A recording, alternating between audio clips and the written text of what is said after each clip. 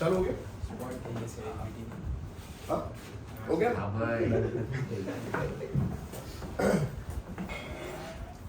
तो हम दोस्तों ये डिस्कस कर रहे थे, मैंने ये बोला मौसम बदल दिया मैंने ऐसा बोला कोई सोल्यूशन ऐसा है ही नहीं जो आइडियली बिहेव कर। अब उसका रीजन ये बता रहा था मैं कि CCl4 का जो अट्रैक्शन था इंट्रा, इसका जो था वो भी इंट्रा, और इसमें जो होगा वो इंटरमॉलिक्यूलर होगा। ठीक, तो ऐसा हो ही नहीं सकता इसका अट्रैक्शन सेम हो, कुछ ना कुछ अट्रैक्शन सेम नहीं होगा, थोड़ा बहुत एक्सटेंट कम या ज्यादा होगा। तो मैं आपको याद करा रहा था कि आइडियल सॉल्यूशन को याद करो आइडियल गैस जैसे। आइडियल गैस ऐसा गैस था जो बॉयल चार्ल्स गैलुसैक सबको फॉलो करे, जो Boyle's law, Charles law, Gay Lussac law को फॉलो करेगा, वो कौन सा गैस है? Ideal gas. तो आइडियल गैस ऐसा कुछ पॉसिबल नहीं है। 99% कोई गैस है वो आइडियल गैस को फॉलो करता है, 100% कोई फॉलो नहीं करता। तो यहाँ पे भी यही याद रखेंगे कि 100% ऐसा कोई सोल्यूशन नहीं है जो आइडियल हो। तो मैं डेफिनेशन में थोड़ा ऐड करूंगा कि डेफिनेशन हमने आइडियल का ये लिखा कि the solution which obeys Raoult's law for every concentration and every temperature is called ideal solution. ऐसा सॉल्यूशन जो हर एक कंसंट्रेशन, हर एक टेम्परेचर पे राउल्ट्स लॉ को फॉलो करे वो आइडियल है। आइडियल का और एक डेफिनेशन है कि जिसके स्ट्रक्चर सेम हो, जिसका मॉलिक्यूलर वेट सेम हो, ऐसे कंपोनेंट्स जो है मिक्स होंगे तो आइडियल सॉल्यूशन बनाएंगे। जिसके स्ट्रक्चर सेम हो, जिसका मॉलिक्यूलर वेट सेम हो। ना ऐसा पॉसिबल ही नहीं है कि इसका स्ट्रक्चर और इसका स्ट्रक्चर सेम हो। चलो वो ठीक है, इसका मॉलिक्यूलर वेट और इसका मॉलिक्यूलर वेट सेम कैसे हो सकता है? एटम्स चेंज हो गए ना, जब ये बना पूरा कंपोनेंट CCl4 मॉलिक्यूल जब बना तो इसके एटम्स तो चेंज हो गए, इसमें कार्बन है, इसमें सिलिकॉन, कैसे मॉलिक्यूलर वेट सेम होगा? तो आइडियल सॉल्यूशन का और ये डेफिनेशन जो एनसीईआरटी में नहीं है, तो आपको ये भी याद रखना है कि आइडियल सॉल्यूशन मतलब ऐसा सॉल्यूशन जो राउल्ट को फॉलो करे हर एक कंसंट्रेशन टेम्परेचर पे, या फिर जिसके स्ट्रक्चर सेम हो, जिसका मॉलिक्यूलर वेट सेम हो। तो अब आपको समझ आएगा कि हाँ मॉलिक्यूलर वेट दो कंपोनेंट का कभी सेम नहीं होता, तो इसका मतलब तो फिर आइडियल सॉल्यूशन जैसा कुछ पॉसिबल नहीं है। तो आइडियल बिहेवियर होता है कुछ परसेंटेज के अंदर, 98-99% के अंदर ये दोनों जब मिक्स होंगे तो आइडियल सॉल्यूशन बना सकते हैं। मतलब 100% नहीं, पर कुछ 98-99% के आसपास। Is that clear? हाँ, और एग्जांपल क्या है वो तो आपको समझ के देख के आगे होगा। बताओ क्या एग्जांपल? एक तो मैंने लिख दिया CCl4 SiCl4।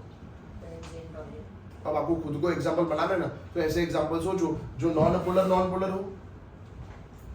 पहला, दोनों में Fg सेम हो, दोनों में फंक्शनल ग्रुप सेम हो, ये भी अल्कोहल, ये भी अल्कोहल। तो अल्कोहल में लास्ट टाइम पढ़ा था बेटा H बॉन्ड होता है, तो इसमें भी H बॉन्ड, इसमें भी H बॉन्ड, और ये दोनों जब कंबाइन होगा तो भी H bond.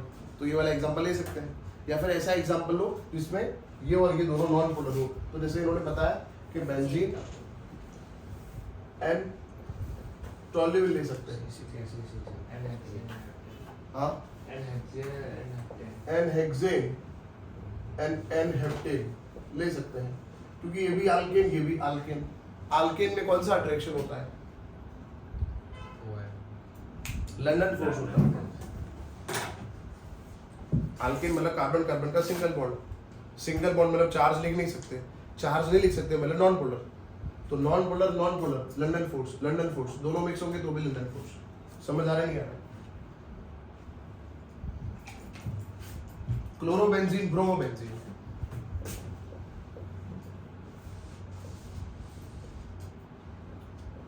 Normal butyl chloride, normal butyl bromide. समझ रहे हो मैं क्या लिख रहा हूं? ऐसे एग्जांपल लिख रहे हैं जिसमें फंक्शनल ग्रुप सेम हो। तो पहले अट्रैक्शन था, बाद में अट्रैक्शन है, वो दोनों अट्रैक्शन सेम होंगे, इंडिविजुअल अट्रैक्शन सेम होगा, और बाद में जब मिक्स होंगे तो भी अट्रैक्शन सेम होगा। तो क्लियर हो गया पूरा? आइडियल सॉल्यूशन कौन बनाएगा? तो ऐसे एग्जांपल लिख रहे हैं जिसमें अट्रैक्शन फोर्सेस सेम हो। आप यहाँ पे एक पोलर एक नॉन पोलर नहीं लिख सकते हो। आप यहाँ पे ऐसा एग्जांपल नहीं लिख सकते हो जिसके अंदर एक के अंदर लंदन फोर्स हो, दूसरे के अंदर हाइड्रोजन बॉन्ड हो। ऐसा नहीं लिख सकते, वरना फिर जब बनेगा तो फिर उसका फोर्स ऑफ अट्रैक्शन जो है वो चेंज हो जाएगा। Is that clear? यस, तो आइडियल सोल्यूशन के बाद में क्या क्या याद रखना है, फटाफट रिकैप करते हैं, फिर शुरू करते हैं next theory, non ideal solution. Ideal solution मतलब the solution which obvious Raoult's law for every concentration and every temperature. और फिर मैंने और एक चीज़ ऐड करी कि इसका स्ट्रक्चर सेम हो, मोटापा भी सेम हो। मोटापा मतलब मॉलिक्यूलर वेट, मोटापा मतलब मॉलिक्यूलर वेट, मैं मॉलिक्यूलर वेट को मोटापा बोलता हूँ, ठीक है ना। चलो फिर ठीक, फिर हमने लिखा P total is equal to P A plus P B होना चाहिए। पी ए मतलब P not A X A और पी बी मतलब P not B X B. ऊपर जब ये टीका लगाते हैं तो ये टीका नहीं है, ये क्या है, प्योर कंपोनेंट की बात है। चलो ठीक, तो फिर हमने लिखा A A attraction B B attraction is equal to A B attraction. शादी के पहले और शादी के बाद नेचर चेंज नहीं हुआ। ये है लड़का, ये है लड़की, लड़का लड़की दोनों की शादी हो गई, तो पहले जो नेचर था वही नेचर बाद में है, तो ठीक है, तो आइडियल है। पर ऐसा होता है कभी नहीं होता, शादी हुई नेचर चेंज। तो मैं वही तो बोल रहा हूँ, कैसा कोई सोल्यूशन है ही नहीं, ऐसी कोई पैर है ही नहीं इसका पहले नेचर बाद में नेचर सेम हो, ऐसा है ही। तो आपको याद हो गया कि हाँ आइडियल पैर नहीं होती तो आइडियल सोल्यूशन भी नहीं होता। ठीक, चलो फिर हमने एग्जांपल ऐसे लेने जिसमें दोनों में एफ जी सेम हो, या फिर दोनों में पहले जो अट्रैक्शन थे इंडिविजुअल वही अट्रैक्शन बाद में डेवलप हो रहे हो, तो ऐसा एग्जांपल लेना है। फिर हमने बोला कि यहाँ पे अट्रैक्शन जो पहले थे वो बाद में, तो वॉल्यूम ना बढ़ेगा ना घटेगा, तो चेंज क्या होगा, जीरो। एंथैल्पी चेंज क्या होगा, जीरो। पर मिक्सिंग के लिए ऑलवेज, मिक्सिंग ऑलवेज कैसा होता है, स्पॉन्टेनियस, और स्पॉन्टेनियस का मतलब delta is greater than zero और delta G less than zero. Mixing मतलब ये solid solid, liquid liquid, gas gas. चलो एग्जांपल ये रहे, benzene toluene, normal hexane, normal heptane, chlorobenzene, bromobenzene, normal butyl chloride, normal और भी एग्जांपल ऐसा नहीं है, इतने हैं। एग्जाम में मैं कितना भी पढ़ा दूं दोस्तों, एप्लीकेशन वाले क्वेश्चन आएंगे ना, उसके अंदर क्या होगा, कुछ अलग ही लिखा होगा, इसके अलावा एग्जाम्पल लिखा होगा। कंसेप्ट पता होना चाहिए कि दोनों में एफ जी सेम होने चाहिए, कि दोनों में जो फोर्स ऑफ अट्रैक्शन है वो सेम होनी चाहिए, तो बाद में भी वही फोर्स ऑफ अट्रैक्शन रहेगा। Is that clear? चलो नेक्स्ट थियरी है non ideal solution. Non ideal solution, अच्छा नॉन आइडियल सोल्यूशन का मतलब जो राउल्ड्स लॉ को फॉलो नहीं करेगा, तो मैं सब लिखूंगा नहीं जो आगे लिखा था। जो राउल्ड को फॉलो करेगा वो आइडियल, नहीं करेगा तो नॉन आइडियल। बहुत इजी, तो डेफिनेशन तो इजी है। The solution which will not obey Raoult's law for every concentration and every temperature is known as non-ideal solution। ठीक, डन है। फिर ये नॉट लिख देंगे, P total is not equal to PA plus PB, agree. तो फिर आगे next point हमने जो लिखा था कि AA अट्रैक्शन और BB अट्रैक्शन जो होगा is not equal to AB attraction. तो जब दोनों का मिक्सिंग हो गया, दोनों मिक्स हो गए, तो या तो अट्रैक्शन फोर्स इंक्रीज होगा या तो अट्रैक्शन फोर्स डिक्रीज होगा। तो यहाँ पे दो केस आए कि इंडिविजुअल अट्रैक्शन ज़्यादा हो सकता है AB से, या फिर इंडिविजुअल अट्रैक्शन कम हो सकता है, इसका अट्रैक्शन ज़्यादा हो सकता है। दो केस आएंगे। फिर यहाँ आगे लिखेंगे डेल्टा H नॉट जीरो, फिर लिखेंगे delta V not zero, delta S क्या लिखेंगे, एग्जैक्टली। मैंने बोला कोई भी सोल्यूशन है ये चेंज नहीं होगा, याद रखना। क्यों चेंज नहीं होगा, क्योंकि मिक्सिंग हो रहा है, ए बी में मिक्स हो रहा है। मिक्स हो रहा है मतलब मिक्सिंग का कंसेप्ट है, एंट्रोपी बढ़ती है, स्पॉन्टेनिटी बढ़ती है, तो गिब्स फ्री एनर्जी का चेंज जो है वो नेगेटिव ही आएगा, delta G less than zero आएगा। समझ आ रहा है बेटा? बेटा कुछ समझना है मेरे को तुरंत पूछ लेना। अपने क्लास में माहौल एकदम ईजी, हाँ मस्त, कोई टेंशन नहीं, तुरंत पूछने का, सर क्या बोल रहे हो, क्या बकवास कर रहे हो सर, ऐसा भी मत बोलना। पर मेरे को पूछ लेना, सर ये क्या लिख रहे हो, समझ नहीं आ रहा है ना, तो मैं फिर से एक बार पहले से समझा दूंगा, कंफ्यूज मत रहना। क्योंकि खास करके आपका CBSE इसलिए, गुजरात बोर्ड में क्या रट्टा मारोगे चलेगा, यहाँ बिल्कुल नहीं चलेगा। यहाँ क्वेश्चन बहुत ट्रिकी आते हैं, स्पेशली इस चैप्टर से तो बहुत ट्रिकी आता है। इस चैप्टर का क्वेश्चन 5 मार्क का क्वेश्चन आएगा। एक मिनट नहीं पॉज मत, पॉज नहीं किया ना, हाँ क्योंकि मेरे को एडिटिंग में बहुत टाइम लगता है, तो पॉज तू करी मत, एडिटिंग करशो नहीं करवानो એટલે તો આખું સ્પોન્ટેનિયસ રાખવાનું છે, delta is greater than zero. हाँ क्योंकि इसमें एडिटिंग में एक्सट्रैक्ट में बहुत टाइम लगता है। तो जा सकती है इतने स्पेस से प्लीज। हाँ अच्छा બસ ચાલશે આટલા હવે આમ ના કરો કોઈ પાછું આવશે તો પાછું આમ કરવું પડશે આ બરાબર હું દેતો છું સારો લાગુ છું બહુ જોરદાર આ બોર્ડ પર અક્ષરો વંચાય છે મોર દેન ઇનફ બરોબર છે બસ ચાલશે જેવું છે ચાલશે હવે આયા ના હોય તો ભાઈ આવો વિડીયો જોવો પડે ભાઈ તો આવું જોઈએ મેં ના પાડી दी ये तो फैसिलिटी दे रहे हैं एक तो मैं क्रिकेट भी उनकी अनलिस्ट रखूंगा मैं पब्लिश नहीं करूंगा मेरे चैनल पे अनलिस्ट रखूंगा जिनको चाहिए उनको भेजेंगे हाँ बोलो यहाँ तक डन है कुछ डाउट हो तो पूछो बोलोगे no sir good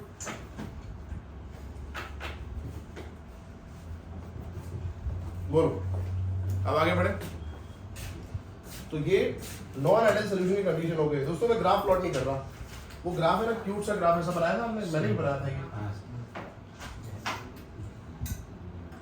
P not B P not A ये हो गया P total is equal to PA plus PB है ना यस और यहाँ पे ले लिया था हमने XB1 XA0 XB0 XA1 याद आया कुछ हाँ ये PB है ये PA है वो तो जिस कंपोनेंट का कम प्योर कंपोनेंट का प्रेशर ज़्यादा लेंगे वो ऊपर आएगा जिसका कम लेंगे नीचे आएगा इसको भी ऊपर लिख सकते हैं इसको नीचे लिख सकते हैं कोई फर्क नहीं पड़ेगा XB वाला कुछ XB मतलब उसमें क्या है क्या ये बहुत इजी है दोस्त देख ये P total P not B के बराबर कब होगा जब XB कितना होगा 1 होगा ओके और X 0 होगा ये 0 तो टर्म निकल गया ना और ये 1 हो गया तो खाली यही बाकी रहा तो P टोटल इसके बराबर आएगा क्योंकि X से प्लस XB 1 होता है तो आपने एक को 1 लिख दिया तो दूसरे को 0 ही लिखना पड़ेगा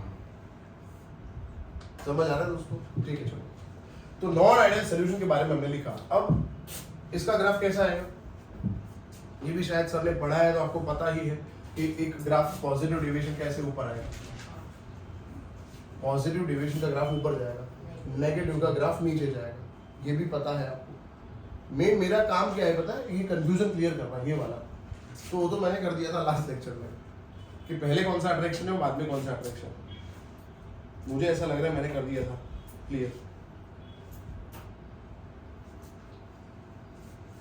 मुझे ऐसा लगता है मेरे को बोलना जरूरी है आपको पता चला नहीं होता आपको पता है ना चलो फिर ठीक अब हम आगे बढ़ेंगे अब हम बात करेंगे पॉजिटिव डेविएशन के बारे में पॉजिटिव डेविएशन और नेगेटिव डेविएशन चलो पॉजिटिव डेविएशन का मतलब ये हो गया कि इसको लिखेंगे हम P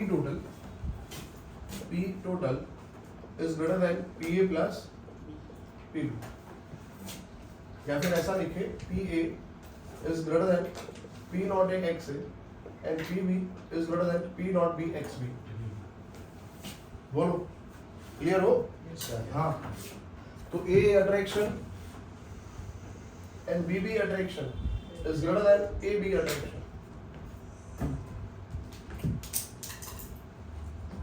बोलो है कि नहीं यहाँ तक hello A attraction BB attraction ज्यादा है AB attraction से अब आप लोग मुझे बताओ कि ये attraction ज्यादा है ये attraction कम है मतलब पहले जो अट्रैक्शन था वो बाद में जो अट्रैक्शन है तो जैसे हम एग्जांपल लेते हैं यहाँ एल्कोहल ले लेते हैं और यहाँ साइक्लोहेक्सेन ले लेते हैं यहाँ मैं लिखता हूँ ये इथेनॉल है और दूसरा जो स्ट्रक्चर है वो साइक्लोहेक्सेन है एग्जांपल लेते हैं इथेनॉल एंड ये रहा ये मैंने ड्रॉ कर दिया क्या ड्रॉ किया मैंने साइक्लोहेक्सेन इथेनॉल के अंदर कौन सा अट्रैक्शन होगा कोई मुझे बताएगा इथेनॉल का इथेनॉल से कौन सा अट्रैक्शन होगा H बॉन्ड होगा ये सबको पता चलना चाहिए नहीं पता चला तो पूछ लो इथेनॉल मतलब C2H5OH ऑक्सीजन के पास दिल है दिल मतलब लोन पेयर ऑफ इलेक्ट्रॉन और डायरेक्ट वो किससे कनेक्टेड है H कैसा है पॉजिटिव है तो जब lone pair containing atom H से कनेक्टेड हो तो इसके अंदर H बॉन्ड होगा तो इसके अंदर H बॉन्ड है और इसमें कौन सा अट्रैक्शन है लंडन फोर्स है डिस्पर्सन फोर्स है क्योंकि इसमें कहीं प्लस माइनस लिख नहीं सकते सब कार्बन कार्बन के बॉन्ड है इसलिए तो लंडन फोर्स H बॉन्ड अच्छा तो इसका मतलब तो ये जब ये दोनों मिक्स होंगे तो इन दोनों का अट्रैक्शन बहुत वीक होगा अट्रैक्शन होगा ही नहीं क्यों बताऊं? क्योंकि ये कैसा है, पोलर, ये कैसा है पोलर, नॉन पोलर में शादी नहीं होती। समझ आ गया? तो इथेनॉल, इथेनॉल का अट्रैक्शन, ओके, साइक्लोहेक्सेन का attraction is greater then ethanol cyclohexane का अट्रैक्शन। पूरा घुस गया दिमाग में, समझ आ गया? क्योंकि पोलर पोलर का अट्रैक्शन ज्यादा होगा, नॉन पोलर को नॉन पोलर का अट्रैक्शन ज्यादा होगा, तो पोलर नॉन पोलर में कोई अट्रैक्शन नहीं होगा। अच्छा, अट्रैक्शन नहीं होगा तो जब आप मिक्स करोगे तो अट्रैक्ट नहीं हो रहे, तो दूर जाएंगे, थोड़े दूर जाएंगे तो वॉल्यूम क्या होगा? अच्छा, इसीलिए डेल्टा V ग्रेटर देन 0, सो एंथैल्पी भी इंक्रीज होगा। यस, समझ आ गया? That's great. चलो, डेल्टा S क्या होगा? डेल्टा G क्या होगा? गुड, खत्म हो गया, पॉजिटिव रिलेशन खत्म। सर ये AA अट्रैक्शन और BB अट्रैक्शन में साइन नहीं है? क्या बेटा? AA अट्रैक्शन और BB attraction is less than AB attraction. A attraction BB attraction ज्यादा है AB अट्रैक्शन से। वो P total than AB attraction. क्या बेटो? कुछ नहीं। नहीं, P टोटल मतलब वो मत समझो आप, वो अलग चीज है, ये हमने अलग चीज लिखी, वो मत समझो आप मैंने जो बोला वो कनेक्ट करो। आप है ना A BB तो को छोड़ दो, तो समझ ही नहीं आना है। आपको क्या करना है पता है? आपको ये सोचना है इथेनॉल इथेनॉल, साइक्लोहेक्सेन साइक्लोहेक्सेन, और फिर क्या सोचना है? इथेनॉल एंड साइक्लोहेक्सेन, ये वाला सोचो। एक बीकर, दूसरा बीकर, तीसरा बीकर। पहले बीकर में क्या है?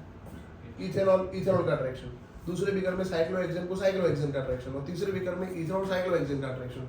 तो समझ आ रहा है? हेलो? और ये अट्रैक्शन है और ये प्रेशर है, अलग चीजें हैं। समर्थ, समर्थ ना अले अले मान लकी देव पड़ सके, पहले लकी देव बोल पड़ा।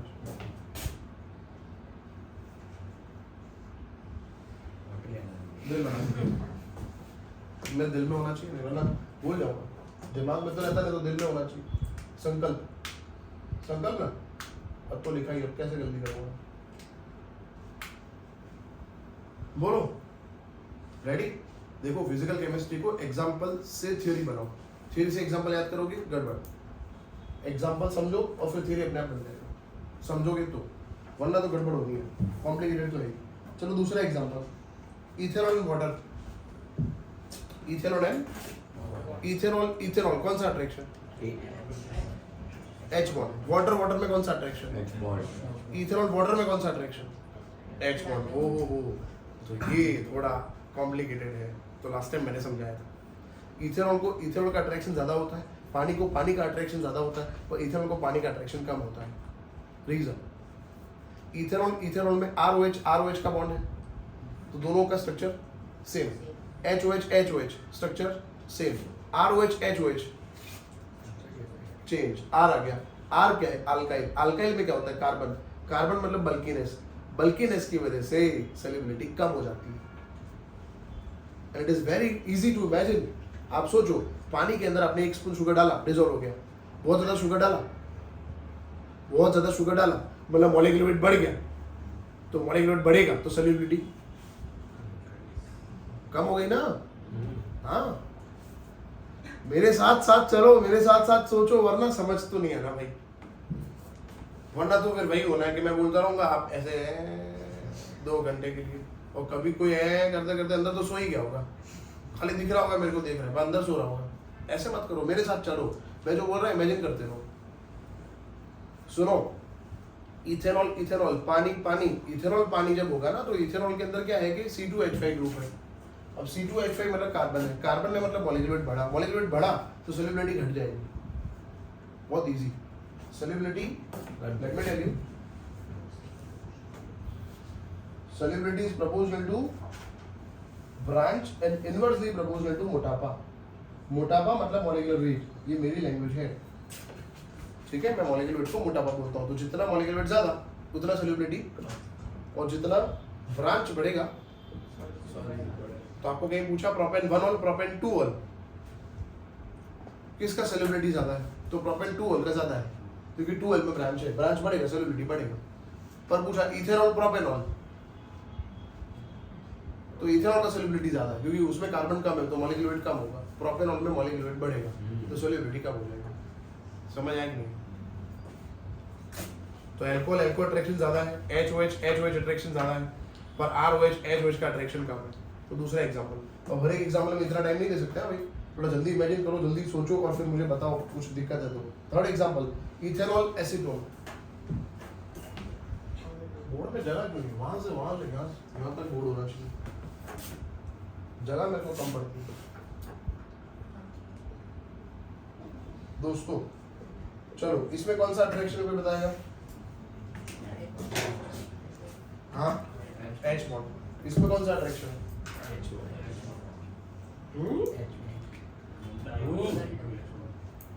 डायपोल अट्रैक्शन है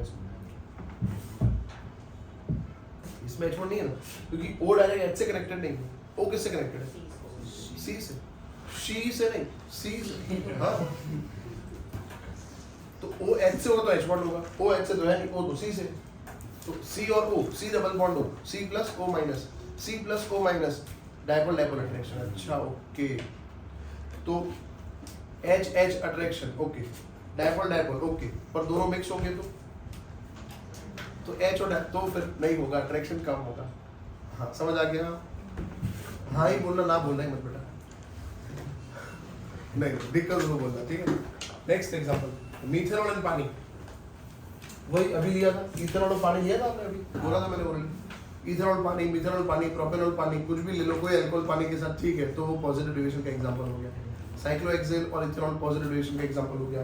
एसीटोन इथेनॉल पॉजिटिव डिविजन का एग्जांपल हो गया। CCl4 benzene. आप सब अंतर्यामी हो, कुछ लिख ही नहीं रहे हो, पता नहीं क्यों नहीं लिख रहे हो गया। चलो CCl4 और बेंजीन, CCl4 और CCl4 एंड बेंजीन, ये भी इसका एग्जांपल, पॉजिटिव डिविजन। CCl4 को CCl4 का अट्रैक्शन होगा, लंदन फोर्स होगा। बेंजीन को बेंजीन का अट्रैक्शन होगा, कुछ ना कुछ लंदन फोर्स होगा, कहीं ना कहीं DD अट्रैक्शन भी है इसके अंदर, पर दोनों मिक्स होगा तो अट्रैक्शन कम हो जाएगा। एग्री नहीं हो तो फिर चर्चा करेंगे, हो तो फिर आगे बढ़ेंगे। CCl4 and toluene, CCl4 and carbon tetrachloride and chloroform. Next, CCl4 and methanol.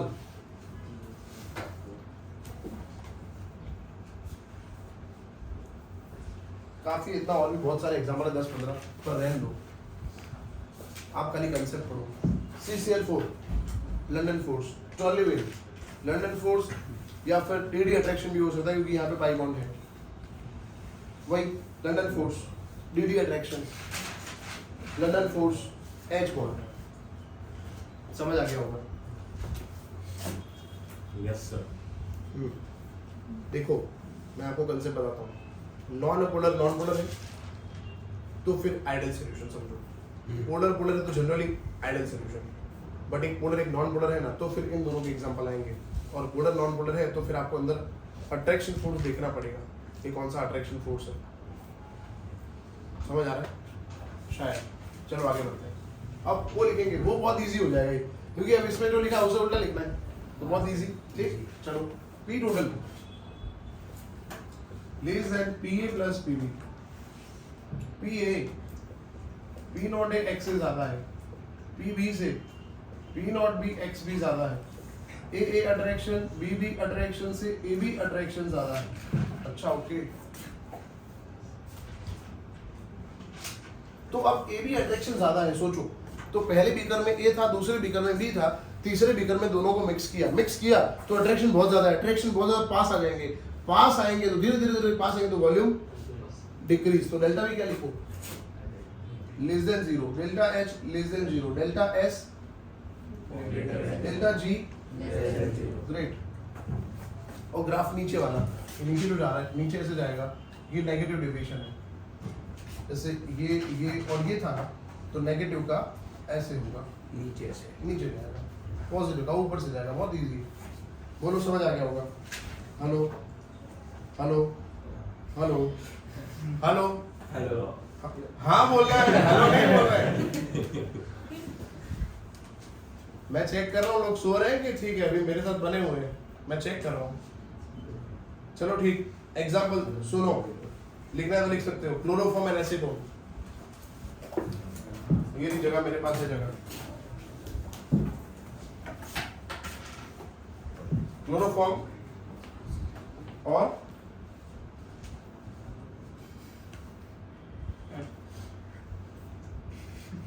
चलो क्लोरोफॉर्म में कौन सा अट्रैक्शन है?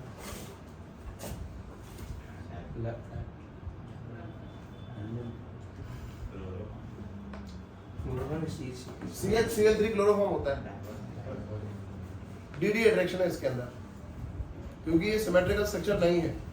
CH Cl Cl Cl, अगर यहाँ भी Cl होता तो CCl4 होता तो नॉन पोलर होता, पर इसमें C और H बॉन्ड है यहाँ पे, तो इसका मतलब ये पोलर है, तो DD अट्रैक्शन है। इसमें भी DD अट्रैक्शन है, पर ये दोनों जब मिक्स हो जाएंगे तो H बॉन्ड हो जाएगा।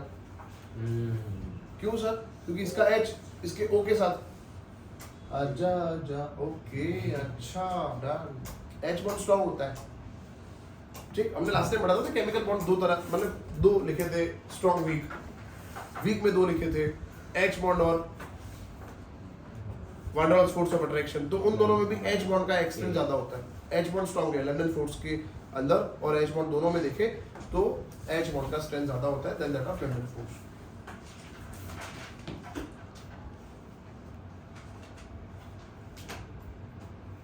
समझ आ रहा है? संकल्प समझ आ रहा है? चलो फिर आगे बढ़ते हैं। अरे पहला एग्जांपल, अभी तो बहुत सारे एग्जांपल है। एग्जांपल और लिखना है, क्लोरोफॉर्म बेंजीन। जल्दी से बोलो ना यार, क्लोरोफॉर्म में कौन सा अट्रैक्शन है? क्या बोल रहा था? DD। बेंजीन में क्या है? बेंजीन में हाइड्रोजन फोर्स, हाइड्रोजन बॉन्ड नहीं होता। H C से कनेक्टेड है। H किससे कनेक्टेड होना चाहिए? H बॉन्ड के लिए नाइट्रोजन, ऑक्सीजन, हाइड्रोजन। तो इसमें H बॉन्ड नहीं है दोस्तों, इसमें डायपोल अट्रैक्शन है, या फिर आप बोलोगे सॉरी लंदन फोर्स है, या फिर DD अट्रैक्शन, ऐसा बोलोगे बेंजीन में। चलो chloroform and ether, dipole attraction दोनों मिलेंगे तो H बॉन्ड हो जाएगा। क्लोरोफॉर्म एंड HNO3, अगेन वही डायपोल अट्रैक्शन, इसमें HNO3 के अंदर NOH, तो इसमें H बॉन्ड है, ठीक। और फिर दोनों कंबाइन होंगे तो भी H बॉन्ड होगा, पर स्ट्रेंथ अलग अलग होगा। और भी बहुत सारे एग्जांपल है, पर इतना फेंकना। क्लियर हो गया? हाँ sir. Ideal solution, non ideal solution, positive division, negative division, ये वीडियो मैंने डालने वाला हूँ, और अपना जो अलग वाला ग्रुप बनाया है ना व्हाट्सएप में, उसके अंदर डाल दूंगा इसका लिंक, तो आप स्क्रीनशॉट मार लेना। अभी ले लिया? तो बोर्ड पे जो लिखा है उससे एक थ्योरी हमने कंप्लीट कर लिया, ideal non ideal. Non ideal में दो थ्योरी है, पॉजिटिव नेगेटिव डेविएशन, ठीक। वैसे रट्टा मारोगे तो रट्टा मारने के लिए भी बहुत इजी है, रट्टा मारा होगा तो एग्जांपल नहीं समझे होंगे तो वहाँ दिक्कत होगी खाली। एप्लीकेशन बेस्ड में क्वेश्चन हो जाएंगे, एप्लीकेशन बेस्ड क्वेश्चन नहीं होंगे, हाँ, अगर आपने रट्टा मार दिया है तो। सर वो एक एग्जांपल है ना फिनोल एनिलीन का, वो समझा दो ना सर। फिनोल में बोलो कौन सा बॉन्ड है? अब आराम से स्ट्रक्चर ड्रॉ करो, मुझे बताओ। उसमें H बॉन्ड होगा, एनिलीन का कैसे? DD, हाँ एनिलीन वो भी आप डिसाइड करो, पर लास्ट टाइम तो पढ़ा है। ऊपर है हाँ बेंजीन का उसका स्ट्रक्चर मैं बताता हूँ, मैं एनिलीन का स्ट्रक्चर बेंजीन NH2। ओके, तो फिर H बॉन्ड इसमें नेगेटिव। और वो भी बात है एक, जैसे अभी ये कृष्ण ने पूछा और ये मैंने बताया कि अगर if you don't know the structure, नाम के बाद स्ट्रक्चर नहीं पता, तो फिर आप ये नहीं पता लगा पाओगे, स्ट्रक्चर नहीं पता तो कौन सा फोर्स है। स्ट्रक्चर पता होना चाहिए। किसी ने बोला एसीटोन, तो एसीटोन का CH3 COCH3, chloroform CHCl3, carbon tetrachloride CCl4, chlorobenzene, benzene पे Cl, हाँ बेंजीन पे Cl प्लस C6H5Cl, ये पता होना चाहिए। चलो फिर आगे बढ़ते हैं। नेक्स्ट टॉपिक है, बताओ क्या है नेक्स्ट टॉपिक? Osmotic pressure. नहीं, अभी एज़ोटॉपिक मिक्सचर बाकी है ना। हाँ चलो डिस्कस करते हैं, वो भी सर ने पढ़ाया था शायद। गुड, तो क्रिश बताओ डेफिनेशन क्या है, what is azeotropic mixture? Sir, it consists of two liquids which have same concentration in liquid and vapor phase. Same Concentration in liquid and vapor phase. Concentration, Sir, क्योंकि mole fraction दोनों same composition, composition same composition and vapour phase and liquid. हाँ, ऐसे दो solution, ठीक है, ऐसा solution है, ऐसा मिक्सचर है ठीक है, कि जैसे इथेनॉल और पानी, इथेनॉल और पानी जब दोनों मिक्स होंगे तो उसका वेपर फेज और लिक्विड फेज दोनों में कंपोजिशन सेम होगा, और दोनों का जो बॉइलिंग पॉइंट होगा ना वो एक ही होगा। इथेनॉल का बॉइलिंग पॉइंट पता है किसी को? नहीं पता? 78.4। अच्छा 78.4। पानी का बॉइलिंग पॉइंट तो पता ही होगा। तब दोनों को मिक्स करेंगे ना तो उन दोनों का बॉइलिंग पॉइंट कितना है? 78.2। अच्छा, अगेन इथेनॉल बॉयल होता है, गैस बनता है 78.4 पे, ठीक, और पानी बॉयल होता है 100 डिग्री पे। दोनों को मिक्स कर देंगे तो ना ये 100 पे बॉयल होगा, ना 78.4 पे बॉयल होगा, 78.2 पे बॉयल होगा। That's why it forms minimum boiling azeotrope. क्या बनाता है ये?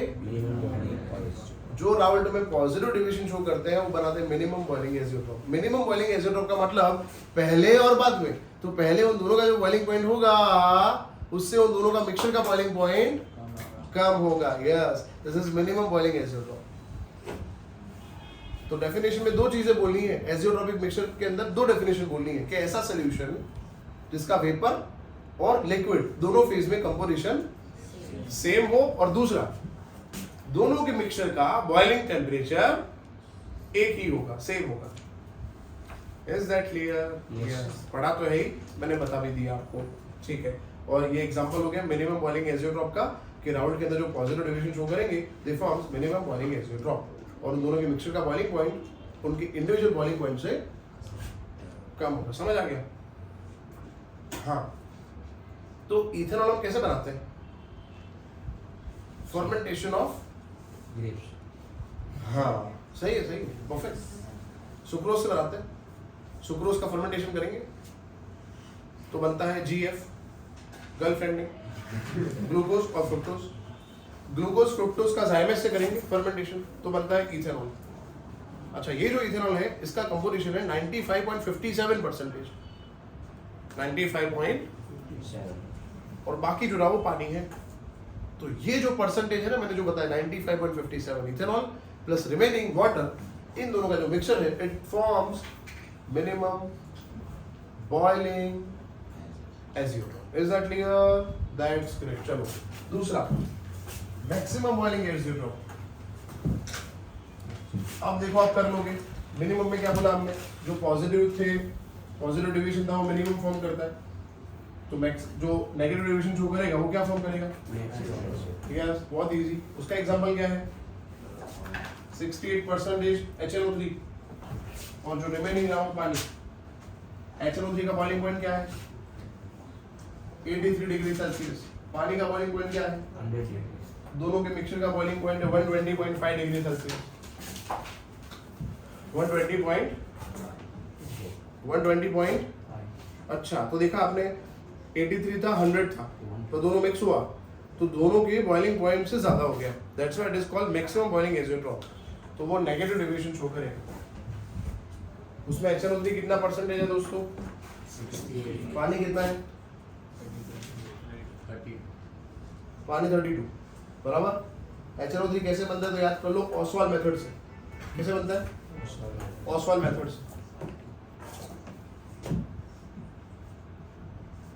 तो बहुत सारी चीजें मैंने बता दी, अब वो मैं लिख नहीं रहा क्योंकि ऑलरेडी पढ़ लिया है मैंने, और बहुत बढ़िया कंसेप्ट आपके बिल्डअप कर दिए। तो अब हम आगे बढ़ते हैं। नेक्स्ट टॉपिक हम पढ़ेंगे elevation and boiling point. But before that azeotropic mixture जो है वो पूरा ये भाई रिपीट करेंगे। यस, जो आपको पता चला रिपीट करो। मिनिमम बॉइलिंग पॉइंट मतलब दोस्त जो शो पहले एजियोट्रॉपिक मिक्सचर का डेफिनेशन बताओ। solution which have same composition of mole fraction in vapor phase and liquid phase. हाँ, Posted dot types. रुको, अभी और एक बाकी रहा ना। The solution which has same composition in liquid and vapor phase and which boils at a constant temperature is called azeotropic mixture, जिसका vapour phase और लिक्विड फेज में कंपोजिशन सेम हो और जो एक ही टेम्परेचर पे बॉईल हो उसको बोलते हैं एजियोट्रॉपिक मिक्सचर। ठीक, बताओ फिर आगे। मैक्सिमम बॉइलिंग आइसोटोप, दो सॉल्यूशन मिक्स होते हैं तो रिजल्टेंट सॉल्यूशन का बॉइलिंग पॉइंट ज़्यादा होता है। Good good good good. हाँ, एग्जांपल क्या बता दोस्त?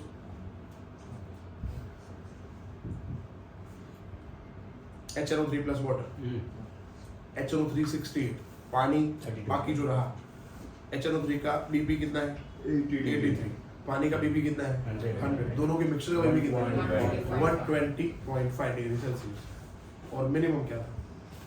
दो सॉल्यूशन मिक्स होते हैं तो बॉइलिंग पॉइंट रिजल्टिंग का लो होता है दोनों। Good good good good. Example था इथेनॉल और पानी। इथेनॉल 95.57% जो बाकी रहा वो पानी। अब उसको हमने हिट किया तो इथेनॉल का बॉइलिंग टेम्परेचर है 78.4 और पानी का बॉइलिंग टेम्परेचर है 100 और दोनों को हमने 78.2 पे बॉइल हो गई। तो ये एजियोट्रॉपिक मिक्सचर है। एजियोट्रॉपिक मिक्सचर के कंपोनेंट को हम सिंपल डिस्टिलेशन से सेपरेट नहीं कर सकते। और एक पॉइंट मैंने ऐड कर दिया, एजियोट्रॉपिक मिक्सचर के कंपोनेंट्स को हम सिंपल डिस्टिलेशन से एक्सट्रैक्ट नहीं कर सकते, अलग नहीं कर सकते। उसके लिए एजियोट्रॉपिक डिस्टिलेशन करना पड़ेगा। एजियोट्रॉपिक डिस्टिलेशन करना पड़ेगा। ठीक, और डिस्टिलेशन के बारे में हमने 11 में पढ़ा है। कहाँ पे? चैप्टर नंबर 11 के अंदर। हाँ नहीं, 12 के अंदर। चैप्टर नंबर 12 में ये था ना अपना ऑर्गेनिक केमिस्ट्री का basic, inductive effect, resonance effect. उसके बाद प्रैक्टिकल केमिस्ट्री था तो उसके अंदर डिस्टिलेशन के टेक्निक्स है। नहीं पता तो मैं बता दूंगा, चिंता मत करो। हमने डिस्टिलेशन पूरा पढ़ेंगे। फ्रैक्शनल क्या होता है, कॉलम क्या होता है, सिंपल क्या होता है, एजियोट्रॉपिक डिस्टिलेशन क्या होता है, बाद में पढ़ेंगे। और अभी तो हम सोल्यूशन पढ़ रहे हैं, फिर नया चैप्टर स्टार्ट कर देंगे वरना फिर हम। ठीक है, तो हमने आज दो कंसेप्ट कंप्लीट कर दिए। एक तो ideal non ideal, non ideal में दो, पॉजिटिव नेगेटिव, और एजियोट्रॉपिक मिक्सचर क्या है। और कुछ लोगों को नींद आ चुकी है तो आपकी नींद और अच्छी करने के लिए नया टॉपिक स्टार्ट कर रहा हूँ। इसका नाम है एलिवेशन एंड बॉइलिंग पॉइंट। ठीक है, चलो फिर शुरू करते हैं। लेट्स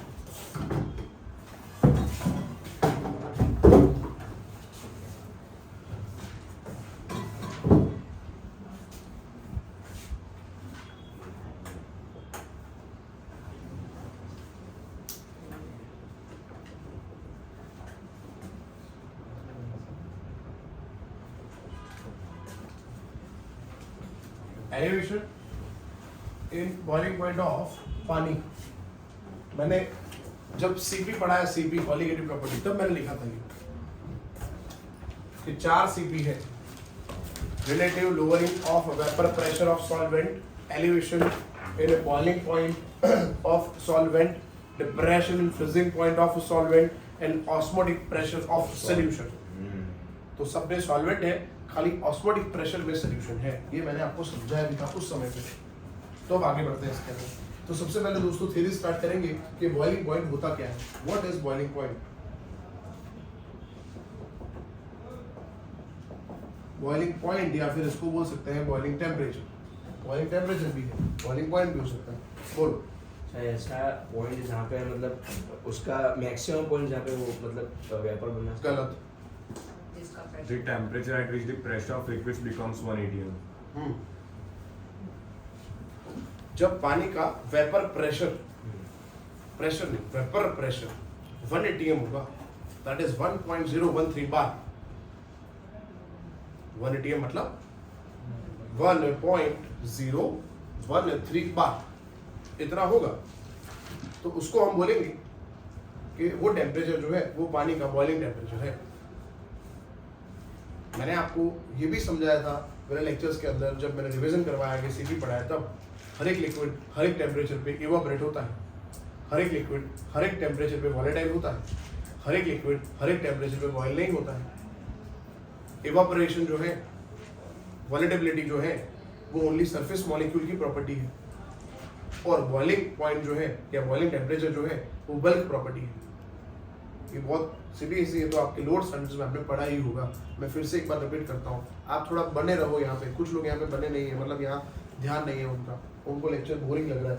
और दोस्तों क्या करें, फिजिकल में वार्तालाप ज़्यादा होता है। वार्तालाप मतलब मैं बोलूँगा, आपको स्टेटमेंट सोचना है, इमेजिन करना है, समझना है, डाउट है तो पूछना है, समझाऊंगा, मैक्सिमम ट्राई करूंगा, जहाँ तक समझ है वहाँ तक समझाऊंगा। फिर याद तो करना पड़ेगा कुछ कुछ, तो बने रहो दोस्तों, वरना फिर गड़बड़म। और मेरे से अच्छा केमिस्ट्री कोई यूट्यूब पे भी नहीं पढ़ाता, ऑफलाइन भी नहीं पढ़ाता, तो मेरे ऐसे कंसेप्ट आपको कहीं दिखेंगे ही नहीं, फिजिक्स वाला में भी नहीं दिखेंगे, देख लेना। अब फिजिक्स वाला वगैरह ऑनलाइन वहाँ क्या होता है, इधर स्टूडियो है पूरा, इधर कोई बैठा नहीं है सामने, और सामने क्या होता है, एक बड़ी स्क्रीन होती है, इसके सामने एक और स्क्रीन होती है, जैसे न्यूज़पेपर में आज तक रीड करते हैं ना, सब सामने सब लिखा होता है उसमें, और वही रीड करते हैं वो लोग, हमें हिप्नोटाइज करते हैं। अच्छा वाह क्या मस्त बोल रहा है यार, उसको उसके बाद समझाने की एबिलिटी है, वो भी समझ के।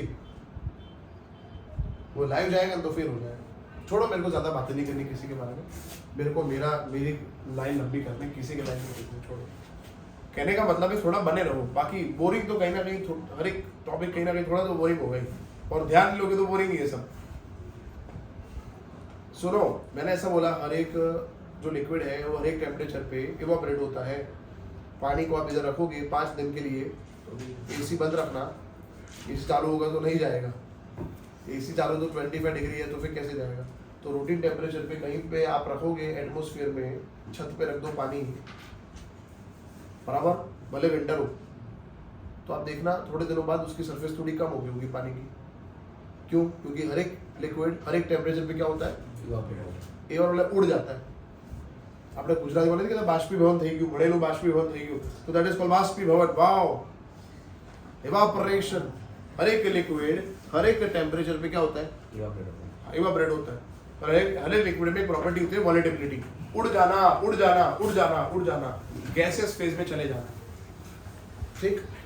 पर वो हर एक टेम्परेचर पे बॉयल नहीं होता, क्योंकि वो उसी टेम्परेचर पे बॉयल होगा जब उसका प्रेशर 1 atm होगा। And make sense. सी, ये जो एटमॉस्फेयर जो प्रेशर है वो 1 atm है अभी, तो एटमॉस्फेयर में जनरली जो भी चीजें वो गैसेस फॉर्म में एग्जिस्ट करती है, तो हमारा पानी भी तभी गैस बनेगा जब उसका प्रेशर भी एटमॉस्फेयर जितना हो जाएगा। अच्छा, हाँ वही तो बोल रहा हूँ कि जब लिक्विड का वेपर प्रेशर एटमॉस्फेयर जितना हो जाएगा 1 atm, तो हम बोलेंगे लिक्विड बॉयल हो गया। Is that clear? तो बॉइलिंग पॉइंट का डेफिनेशन क्लियर हो गया।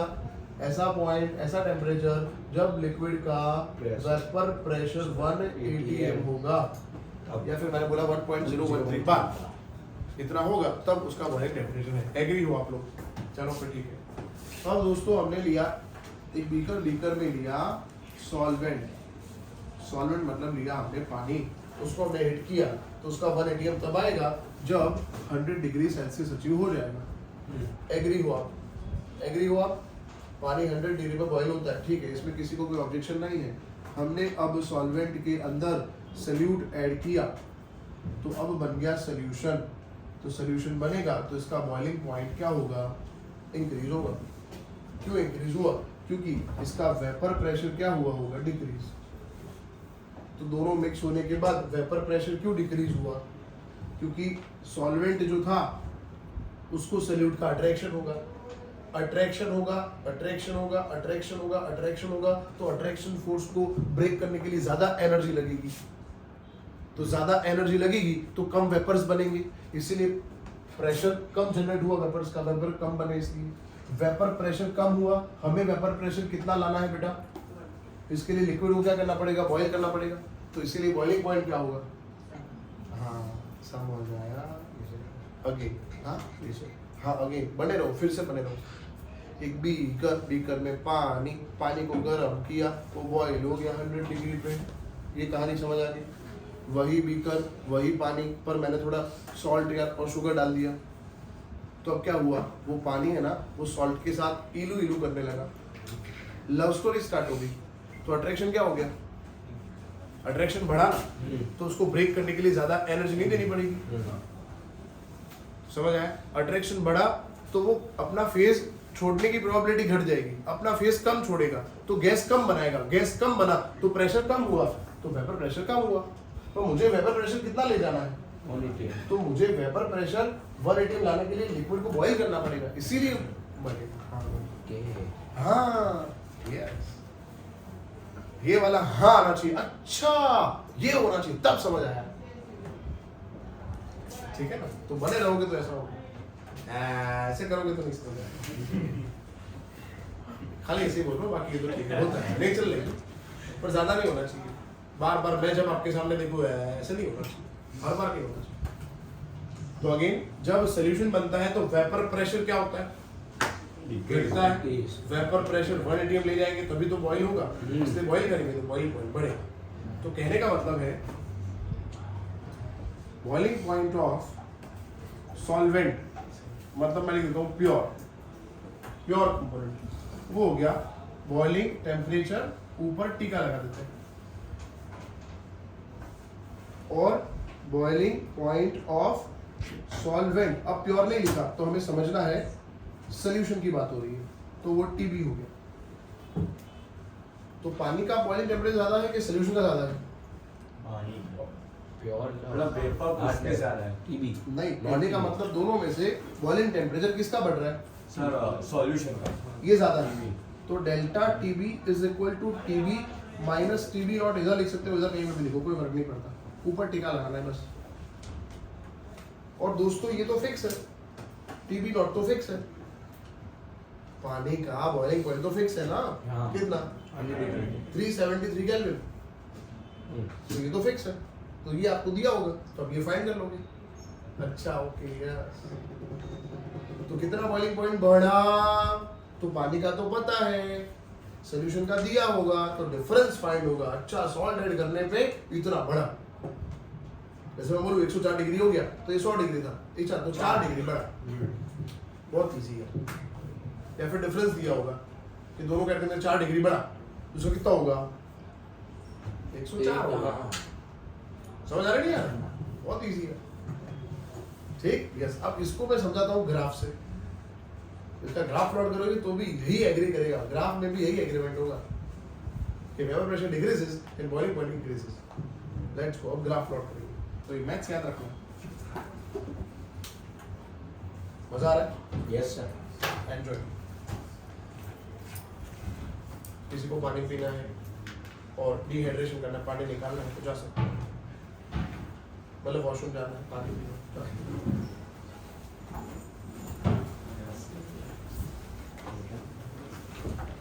चलो ब्रेक ही ले लेते हैं, ब्रेक लेते हैं, 3 मिनट का ब्रेक लेते हैं। हाँ जाओ जाओ, पॉज कर दो। पॉज मत करो, फिर क्या मेरे को जोड़ना पड़ेगा, और जोड़ने में क्या एक्सटेंड करने में बहुत टाइम लगता है। आप आईपैड में ले लो सर, वो जल्दी होगा। क्या फोन पे आप एडिटिंग करते हो, इसमें कर, फोन पे कर ले। एक बात बताओ, इससे इसमें से इसमें आने में भी बहुत टाइम लगेगा। फिर सुन इसमें मैं डालता हूँ ना, फिर जाओ तुमको 2-3 मिनट जल्दी जाओ।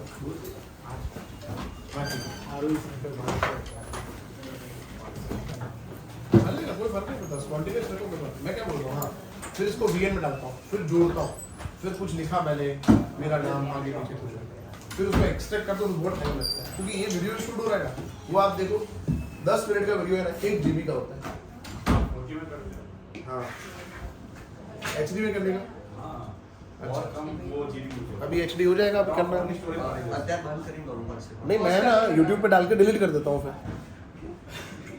फिर मेरे को क्या करना है, मेरी गैलरी में क्या करेगा वीडियो? एक काम करो, एक हार्ड डिस्क ले लो, उसके अंदर सब कुछ स्टोर करना रखो, क्योंकि YouTube से जब उड़ गया ना तो आपके पास कोई ऑप्शन नहीं रहेगा। उड़ कैसे जाएगा? अरे वो अरे सर, iPad ना वीडियो का कैसे कॉपीराइट आ गया तो कॉपीराइट कुछ भी आ गया ना, अगर आपने म्यूजिक यूज कर लिया उनका या कुछ भी यूज करते हो ना, तो वैसे स्ट्राइक मार के वीडियो निकाल देंगे। वीडियो निकल जाएगा। कोरोना में 2 साल यही किया है। किसमें? गूगल ड्राइव पे हाँ कर सकते हैं, खरीदना पड़ता है वो। ये ऐसा हो तो सर इस पे ले लो iCloud, वो 500 GB 500 GB नहीं सीखते लोग कहते होंगे थोड़े। नहीं हाँ सुन लोग, वो तो 50 GB का कुछ बहुत ज्यादा पैसा है, 500 GB का तो समझ के बहुत ज्यादा होगा पैसा। उससे चाहिए ऑप्शन सही है, हार्ड डिस्क में डाल दो, हाँ ये वाला ऑप्शन सही है। पोर्टेबल SSD महंगी पड़े, हार्ड डिस्क तो 1000 रुपये नहीं, एक टीवी नहीं है। अहमद बता वीडियो अल्पशी यूट्यूब पर डालता हूँ। अरे बैकअप रखो। मैंने यूट्यूब पे 600 वीडियो अभी तक है मेरे टोटल। आपके पास एक अब एक भी से नहीं है मेरे पास। हाँ ले वही अगर फिर से डालने का हुआ तो क्या आपको फिर से वो उसको तो रिकॉर्ड मेरे को वो सब डाउनलोड करने तो हो जाएंगे डाउनलोड यूट्यूब से हो जाएगी हो जाएंगे ना। आपके वो मतलब यूट्यूब के वो होती है ना तो क्या है यूट्यूब स्टूडियो हाँ उसमें से डायरेक्ट हो जाएगा हो जाएगा, डाउनलोड करेंगे फिर उसको हार्ड डिस्क पर डाल देंगे। अच्छा समझ गए। तो एक एक डाउनलोड करना पड़ेगा। Oh my God. तो किसी को 10,000 रुपए देके जॉब दे देना कि 10,000 रुपए देता हूँ, नहीं कर दे वो तो कहते ऐसा नहीं होता, ऐसा कर सकते हैं। 500 रुपए में कोई कर देगा हाँ। अच्छा एडिटिंग बहुत सस्ती है मैंने बहुत बता दिया नहीं मतलब मेरा नॉर्मल स्टाफ है मैं उसको बोल दूंगा, उसको तो सैलरी मिलती है। एक कमेंट तो खरीदिए ये देखा मैं हो जाएगा नहीं मैं। उनका भी तो चीज है हमारा का यूट्यूब तो चैनल वही सब काम कर रहा है अरे यार भाई यार ये मेरा नहीं सर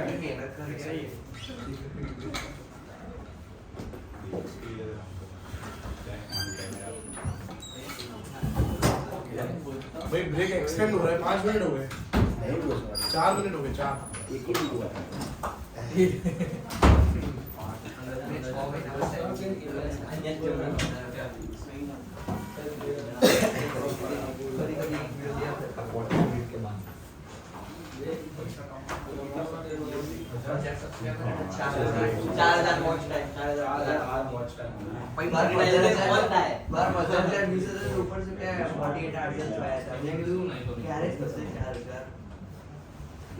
चार्जर कलाक तो नहीं हो मार तो क्या पैसा આવે કેટલા YouTube ઇન્કમ કેવું એવું હોય તો ચાલુ માલુ કરીએ अभी तक टोटल 30 के आसपास आए हैं, 30,000 अभी तक। इंडिया में बहुत अच्छा इंडिया में ओछा મળે અને એજ્યુકેશન પર્પઝ માં બહુ ઓછા એજ્યુકેશન માં સબસ્ક્રાઇબ ઉપર હોય કે તમે જેટલા વિડિયો ચાલે એનું વ્યૂ પર કેટલા વ્યૂઝ આવે એવું जनरली एक अप्रोक्स गणतरी कहूँ, अप्रोक्स गणतरी 1,000 गुना 50 रुपया 50 रुपया 50 अमेरिका में हुआ है 3.98 डॉलर्स टू बी स्पेसिफिक पर वन के वीडियो।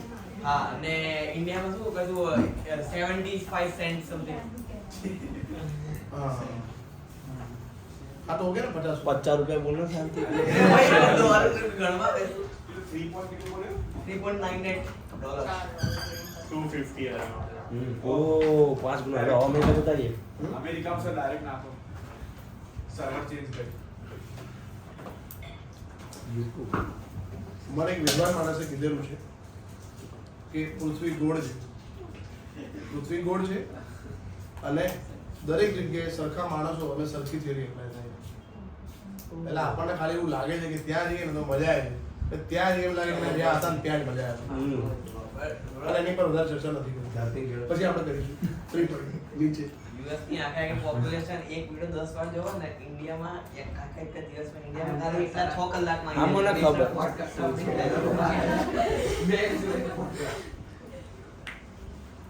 मैं एक्स्ट्रा पढ़ी रही थी ना नॉलेज बहुत बता दे પોપ્યુલેશન બહુ है चलो ठीक है चलो भाई हाँ आगे बढ़ेंगे तो यहाँ तक पहुंच चुके हैं। डेल्टा टीवी का मतलब होता है टीवी माइनस टीवी नॉट और अब इसको हम ग्राफ से समझेंगे कि टोटल सॉल्यूशन जो है उसका बॉइलिंग टेम्परेचर ज्यादा होगा देन दैट ऑफ पानी का बॉइलिंग टेम्परेचर। देखते हैं तो प्लॉट करेंगे वेपर प्रेशर वर्सेस टेम्परेचर और टेम्परेचर से मतलब बॉइलिंग टेम्परेचर है। Vapour pressure versus boiling temperature का ग्राफ प्लॉट कर रहे हैं। वेपर प्रेशर किसका ज्यादा होगा, सॉल्वेंट का कि सॉल्यूशन का? वेपर प्रेशर सॉल्वेंट का ज्यादा होगा। ठीक है ना? आराम से हंसते हंसते स्माइल करते करते सोचते सोचते पॉजिटिव एटीट्यूड के साथ पढ़ो। समझ आया? रिलैक्स होके, कोई जल्दबाजी नहीं, आराम से, और डाउट है तुरंत पूछ लो, है ना? तब जाके कंसेप्ट समझ आएंगे, वरना तो गड़बड़ अभी है। मैंने 2 लाइन ड्रॉ कर दी है एक लाइन जो पहली लाइन दोस्तों मैंने ड्रॉ करी है, समझ लो ये प्योर कंपोनेंट के बारे में है, मतलब ये लाइन जो है वो सॉल्वेंट की है और ये लाइन जो है वो भी सॉल्वेंट की है, पर वो सोल्यूशन की भी है। जो नहीं समझेगा उसको पता नहीं चलेगा क्या बोल रहे हैं सर। मैंने आगे ही बोल दिया, सॉल्वेंट मतलब सोल्यूशन, प्योर सॉल्वेंट मतलब पानी। चलो ठीक, अब देख रहे हो आप, ये मैं अगर ये जो लाइन है, दोनों लाइन मैंने जो ड्रॉ कर दी है, अब ये दोनों लाइन को अगर मैं एक्सटेंड करूं, ये सॉल्वेंट है ठीक। अब दोनों लाइन को अगर मैं यहाँ पे एक्सटेंड करूं वाई एक्सिस पे, तो समझ लो ये जो प्रेशर है ना, ये वेपर प्रेशर जो है ना वो इतना है 1 atm। हेलो, ये जो पॉइंट है ना, ये जो पॉइंट है वो सॉल्वेंट का है, तो ये सॉल्वेंट का वेपर प्रेशर हुआ और ये सोल्यूशन हुआ, सोल्यूशन का भी वेपर प्रेशर 1 atm है, तो दोनों का वेपर प्रेशर इस पॉइंट पे 1 atm है, पर दोनों का टेम्परेचर सेम नहीं है। हाँ है ना। तो देखो आप, ये अगर आप एक्सटेंड करो और इसको अगर आप एक्सटेंड करो तो सोल्यूशन का टेम्परेचर ज्यादा है, तो सोल्यूशन का टेम्परेचर मतलब TB ज्यादा है और पानी का टेम्परेचर मतलब ये रहा TB0। समझ आया? तो ग्राफ से भी प्रूव हो गया कि 1 atm जो हो रहा है, 1 atm होना मतलब जब वेपर प्रेशर किसी भी लिक्विड का 1 atm होता है तो वो पॉइंट जो होगा वो उस लिक्विड का बॉइलिंग पॉइंट होगा। तो दोनों का 1 atm हुआ तो दोनों का बॉइलिंग टेम्परेचर ये रहा। तो किसका बॉइलिंग टेम्परेचर ज्यादा है? सोल्यूशन का ज्यादा है, सॉल्वेंट का कम है। Is that clear? समझ आया ये? अगर आप इसको यहाँ एक्सटेंड करो तो भी आपको पता चलेगा हाँ सर कि ये प्रेशर जो है वो किसका है? सोल्यूशन का, और जो ये प्रेशर है वो प्योर कंपोनेंट का है, हाँ वो सॉल्वेंट का है। क्लियर? तो ये जो गैप आया उसको हमने दोस्तों अभी बोला डेल्टा TB, दैट इज जो ज्यादा है दैट इज TB और जो कम है माइनस TB नॉट। तो ये ग्राफ से भी हमने प्रूव कर दिया, बहुत इजी है ग्राफ। दो लाइन ड्रॉ करनी है, दोनों लाइन 1 atm होगा, उसको एक्सटेंड करना है x एक्सिस पे, then we come to know कि इसका बॉइलिंग टेम्परेचर ज्यादा है इससे। क्लियर हो गया? चलो अब आगे बढ़ेंगे, मैथ्स करेंगे बाद में। तो दोस्तों हमने ये पढ़ा कि delta TB is proportional to delta P। नहीं सर आपने तो नहीं बताया। नहीं मैंने बताया ना, अभी तो लिखा है, देखो बोर्ड पे लिखा है, जितना वेपर प्रेशर कम उतना बॉइलिंग पॉइंट ज्यादा। तो देखो जितना डेल्टा TB मतलब elevation in boiling point is proportional to relative lowering of vapor pressure of solvent। पानी का या फिर पानी के अंदर जो शुगर मिक्स हो गया उसका वेपर प्रेशर जितना कम हुआ उतना ही उसका बॉइलिंग पॉइंट इंक्रीज हुआ। हेलो, जितना वेपर प्रेशर कम उतना बॉइलिंग पॉइंट, वेपर प्रेशर कम तो मुझे वेपर प्रेशर को 1 atm ले जाए तो बॉइलिंग पॉइंट बढ़ा, तो इसलिए बॉइलिंग पॉइंट बढ़ रहा है। जितना वेपर प्रेशर घटेगा उतना बॉइलिंग पॉइंट इंक्रीज होगा। तो हमने दोनों को प्रपोजल कर दिया। और डेल्टा P क्या है तो वो फिर आपको याद होना चाहिए। डेल्टा P है, डेल्टा P का मतलब क्या? Delta P is equal to what? P01 minus P1 upon P01 is equal to N2 by N1। ये हमने कहाँ प्रूव किया था बेटा? राउल्ट के अंदर प्रूव किया था, सॉलिड लिक्विड में। तो ये भी तो सॉलिड लिक्विड ही तो है। यहाँ पे तो बोल रहे हैं कि पानी जो है उसका बॉइलिंग टेम्परेचर 100 है, तो पानी के अंदर सॉल्ट डाल दिया तो बॉइलिंग टेम्परेचर 104 हो गया। अच्छा, तो सॉल्ट सॉलिड, पानी लिक्विड, तो सॉलिड लिक्विड ही तो हुआ ही। तो इसीलिए डेल्टा P लिखा है। डेल्टा P को क्या समझना है? P01 minus P1 upon P01। इसका मतलब क्या? P01 क्या है? पानी का वेपर प्रेशर है, पानी का वेपर प्रेशर है, ये सोल्यूशन का वेपर प्रेशर है। और डेल्टा P मतलब फिर आपको ये पूरा बोलना पड़ेगा, relative lowering of vapour pressure of solvent. Is that clear? तो पूरा वर्ड दिया है ना कि रिलेटिव लोअरिंग ऑफ सॉल्वेंट कितना है, तो क्या दिया है आपको? डेल्टा P दिया है। प्योर सॉल्वेंट का वेपर प्रेशर दिया है तो क्या दिया है? प्योर सॉल्वेंट का वेपर प्रेशर दिया है तो क्या दिया है? और सोल्यूशन का वेपर प्रेशर दिया है। एग्जैक्टली। और वर्ड लिखा है पूरा ये, तो आप समझो डेल्टा P है। तो हमने डेल्टा P लिखा है। Now it is also proportional to delta P is proportional to N2 by N1। Agree हुआ? एग्री हो इससे? तो मैं इसको इससे इक्वल कर देता हूँ, तो delta TB is proportional to N2/N1। Agree? चलो फिर, so delta TB is proportional to W2/M2 into W1/M1। यहाँ तक एग्री? Hello, good. चलो फिर, so delta TB is equal to K into W2 into M1 upon M2 into W1। अब कान खोल के सुनो, पानी का मॉलिक्यूलर वेट तो पता ही है कितना, पानी का H2 का मॉलिक्यूलर वेट तो 18 है, तो फिक्स ही है, तो इसमें M1 तो फिक्स हो गया ना। सुनो, इतना याद रखो, पूरे चैप्टर में 1 सॉल्वेंट के लिए है और 2 सॉल्यूट के लिए, 1 सॉल्वेंट के लिए 2 सॉल्यूट के लिए, तो ये तो फिक्स है, तो इसको हटा देते हैं ना। जब हमने प्रोपोर्शनलिटी लिखा तभी हटा देते, तो हटा देते हैं, तो delta TB is equal to K into W2 upon M2 into W1। Agree? आता कहीं एग्रीमेंट ना हो आपका, आप डाउट में हो तो डेफिनेटली पूछो मेरे को, बिल्कुल टेंशन मत रखो, आपका मैं फ्रेंड ही हूँ, ऐसे समझो आप, है ना, बिल्कुल टेंशन नहीं, इजी माहौल के साथ पूछ लो तुरंत, सर क्या लिख रहे हो, है ना, पूछ लीजिएगा। चलो ठीक, तो यहाँ तक आप एग्री हो। अब सुनो, अपने W2/M2 को 1 सपोज कर लेते हैं एंड W1 को भी 1 सपोज कर लेते हैं, ओके, तो delta TB is equal to K हुआ। Hello hello, yes sir. Suppose किया, क्यों किया? तो किया, K को समझने के लिए किया। क्यों किया तो मैं बता देता हूँ, जो हमने प्रोपोर्शनलिटी हटाई फिर हमने K नहीं लिखा, तो K को समझने के लिए, ये K क्या है? ये है एलिवेशन कांस्टेंट। क्या है? K is equal to elevation constant. Molar elevation constant नहीं है, मोलर एलिवेशन कांस्टेंट नहीं है, हमने 1 मोल नहीं लिखा है, 1 ग्राम लिखा है, देख रहे हो आप, ये भी 1 ग्राम है, इसका रेशियो 1 ग्राम लिया हमने, इसको हमने 1 ग्राम लिखा है, ये 1 ग्राम है, 1 ग्राम प्रपोज किया है, तो मोल नहीं बोल सकते, मोल नहीं है ये, पर केजी नहीं लिया है हमने, ठीक। तो delta TB is equal to क्या प्रूव किया? K क्या है? हाँ, अब हम प्रूव करेंगे मोलल। अगर मोलल लिखना है ना तो क्या करोगे पता है, इसको तो आप 1 ले लो, ठीक है, इसको आप 1 ले लो, पर इसको आप 1000 ग्राम ले लो, तो K इंटू ये रेशियो हमने क्या लिया बेटा? 1, और इसको हम क्या सपोज कर रहे हैं? 1000। तो मैं तो लिख देता हूँ if बोलो, सो जाए, if W2/M2 1 है एंड if W1 कितना है? हाँ, तो देखो ये 1 है, ये 1000 है, तो K/1000 हुआ ये, अगेन ये 1 है, इसका रेशियो 1 है, ये 1000 है, तो K/1000 हुआ, तो K/1000 जो है उसको मैं बोल रहा हूँ KB, और KB जो है वो मोलर एलिवेशन कांस्टेंट है, क्योंकि मैंने 1000 ग्राम लिखा है, तो KB क्या है?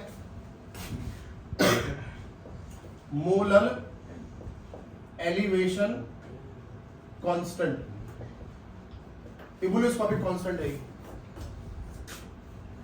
ओ माय गॉड, और इबुलोस्कोपिक कांस्टेंट है, इबुलोस्कोपिक ये ना लीडिंग वर्ड है, एलिवेशन होता है इसका मतलब, मोलर एलिवेशन होता है इसका मतलब, तो याद रखना, इबुलोस्कोपिक कांस्टेंट और मोलर एलिवेशन कांस्टेंट लिखा है तो KB, और एलिवेशन कांस्टेंट लिखा है तो K, दोनों में फर्क है। Yes sir. और इसका डिफरेंस एनसीईआरटी में नहीं है, तो आपको अच्छे से याद करना है, K अलग है और K भी अलग चीज है। Is that clear? ये क्या था? K/1000 लगेगा, और क्या है? हाँ, यस। चलो, तो K क्या हुआ? 1000 into KB हुआ, यस और नो? K फाइंड करना है तो क्या होगा? ये 1000 सामने ले लो, KB into 1000 होगा। Hello, K is equal to क्या हुआ? 1000 into KB। अच्छा, वो K का वैल्यू इधर पुट करो, तो इक्वेशन ऐसा आएगा, delta TB is equal to KB into 1000 into W2 upon M2 into W1 W2। भाई इसको तो हम मोलारिटी बोलते हैं, यस और no? Weight of solute upon molecular weight of solute into 1000 upon weight of salt weight, है ना? इसको क्या बोलते हैं? Molality, small m। तो delta TB is equal to क्या हो गया? KB into m। अच्छा, ओके। तो delta TB is proportional to m।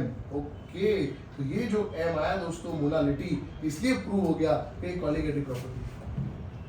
तो हमने प्रूव किया delta TB is colligative property, क्योंकि वो प्रोपोर्शनल है मोलालिटी से। फटाफट कॉपी करो इतना, सब पूरा जो बोर्ड पे लिखा है सब लिखो, क्योंकि बहुत सारी चीजें एनसीईआरटी में लाइक M1 का जरा समझ नहीं आया। क्या बेटो? M1 है ना? M1 गया भाड़ में बेटा। क्यों? बताता हूँ क्यों। क्योंकि M1 मतलब क्या?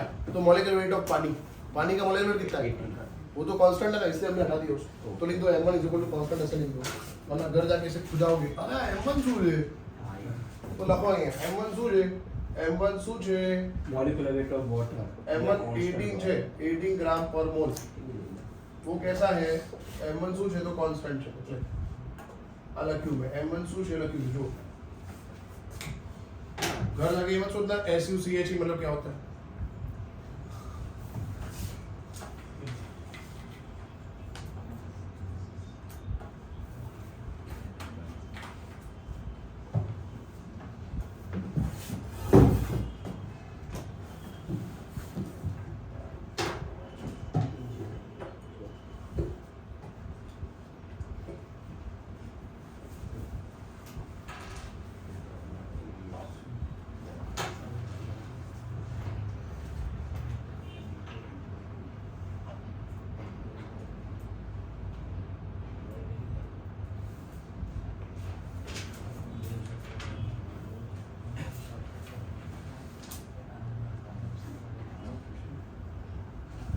चलो डाले।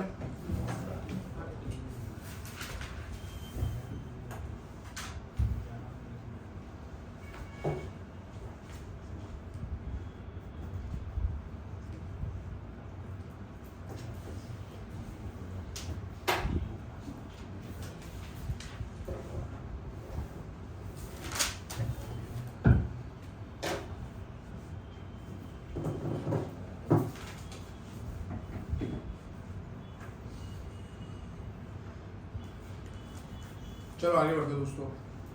Yes sir.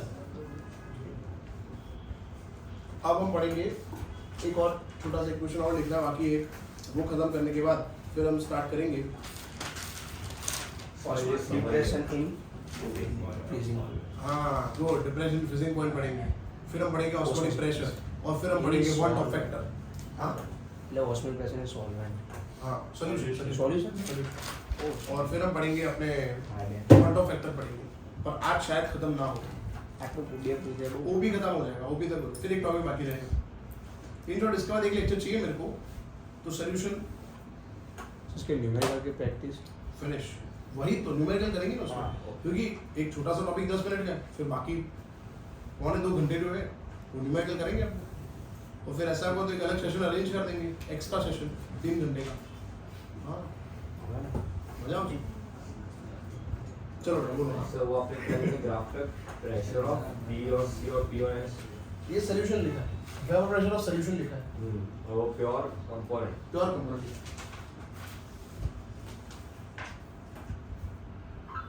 चलो आगे बढ़े। Yes sir. Let's do.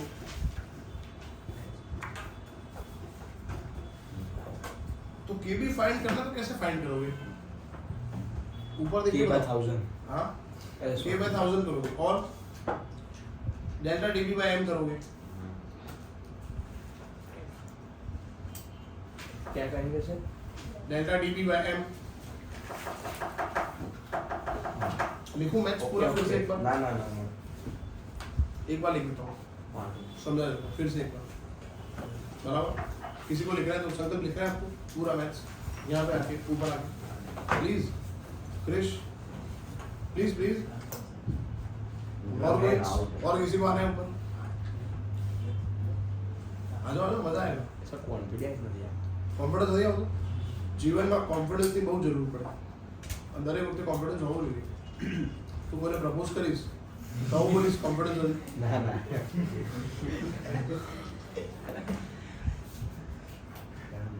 Your wife will say रहने दो ज्यादा बोल मैं फिर मेरे को कट करने का पता नहीं चला कहाँ कट करना मैं बोलता रहता हूँ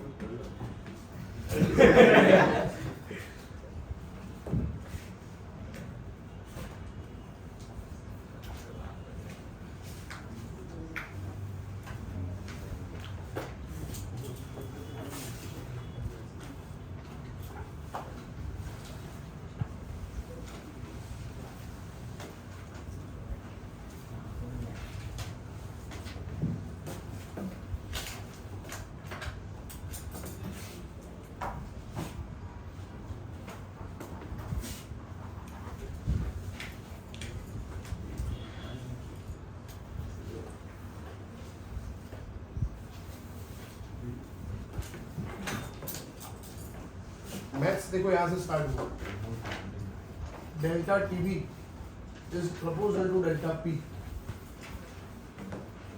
elevation in boiling point of solvent is proportional to relative lowering of vapor pressure of बोलो solvent हाँ पर ये डेल्टा P जो था it is proportional to N2 by N1 ठीक तो हमने बोला delta TB is proportional to N2 by N1 अच्छा ओके फिर लिखा डेल्टा टीबी टैटू देख रहे हो हाँ बिलीव लिखा है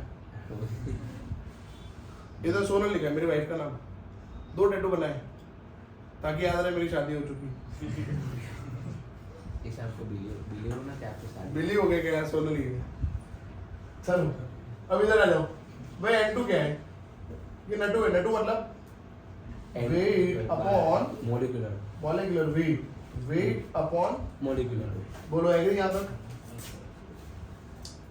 फिर हमने बोला M1 कांस्टेंट है क्यों M1 શું છે Constant. M1 પાણીનું વેટ છે મોલેક્યુલર વેટ છે મોલેક્યુલર કેટલું હોય અરે छोड़ो क्या है 18 होता है ना मोलेक्युलर वेट हाँ ये कांस्टेंट हटा दिया हमने चल निकल तो निकल गया ये तो delta TB equals to is equal to K into W2 upon M2 into W1 इसको मैंने हटा दिया क्यों हटा है तो राज की बात है ठीक है चलो फिर आगे बढ़ते हैं फिर दोस्तों हमने सपोज किया ये 1 है और ये भी 1 है ये 1 और ये 1 तो डेल्टा टीबी क्या हो गया K हो गया तो लिखते हैं suppose K W2 by M2 is equal to 1 GM and W1 is equal to 1 GM तो डेल्टा टीबी क्या हो गया K हो गया K क्या है elevation constant गुड चलो आगे बढ़ते हैं नाउ if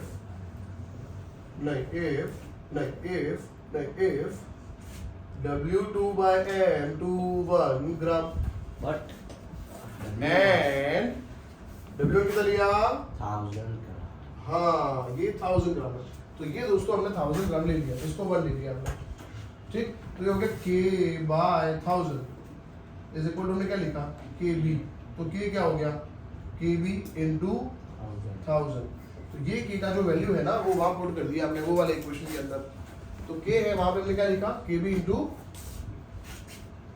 बोलो बोलो क्या लिखा K is equal to KB into 1000 तो इधर हमने लिखा KB into 1000 तो डेल्टा टीबी क्या हो गया डेल्टा टीबी ट्राई कर रहा हूँ देखते हैं कैसा लिख पाता हूँ K is equal to क्या लिखना है KB into 1000 so KB into थोड़ा टाइम लगेगा 1000 into WT W2 upon M2 into W1 yes M2 into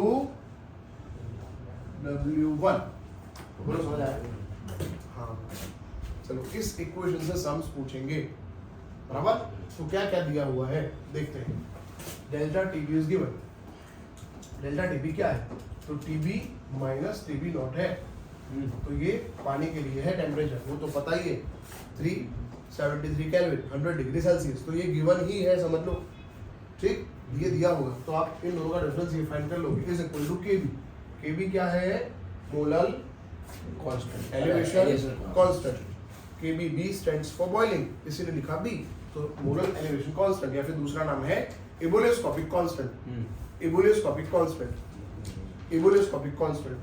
चलो इनटू 1000 क्या है, नॉनसेंस, 1000 होता है। चलो इनटू W2 क्या है, वेट ऑफ 2 मतलब सल्यूट, सल्यूट मैंने बोला ना 2 सल्यूट का है, 1 सॉल्वेंट का है, M2 solute, molecular weight of solute into W1 weight of solvent। समझ आ गया? Yes sir. इससे सम्स पूछेंगे दोस्तों।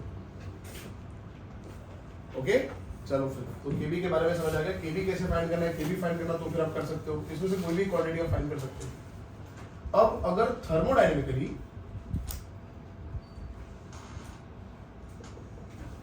अगर थर्मोडायनेमिक्स देखें और केबी फाइंड करना है तो ये फॉर्मूला है R TB naught square upon 1000 into delta LV, LV लिख सकते हैं या फिर डेल्टा H लिखे तो फिर ऊपर मॉलिक्यूलर वेट लिखना पड़ेगा। माय गॉड सर कहाँ से लाए आप ये, कुछ नया है ये, बहुत इंपॉर्टेंट चीज है ये। एनसीईआरटी तो बहुत ज्यादा इंपॉर्टेंट है एनसीईआरटी के लिए तो। हाँ तो R तो एक है ना 8.9। हाँ वही वही मैं बताता हूँ। अब देखो सुनो, ये तो हमने ये जो केबी लिखा वो लिखा सॉलिड लिक्विड के लिए, ये केबी लिखा हमने सॉलिड लिक्विड के लिए, एग्री आप? यस। पानी लिया, पानी में शुगर डाला तो बॉइलिंग पॉइंट बढ़ गया, उसके लिए लिया। पर थर्मोडायनेमिक्स से अगर आपको केबी फाइंड करना हो तो क्या करोगे?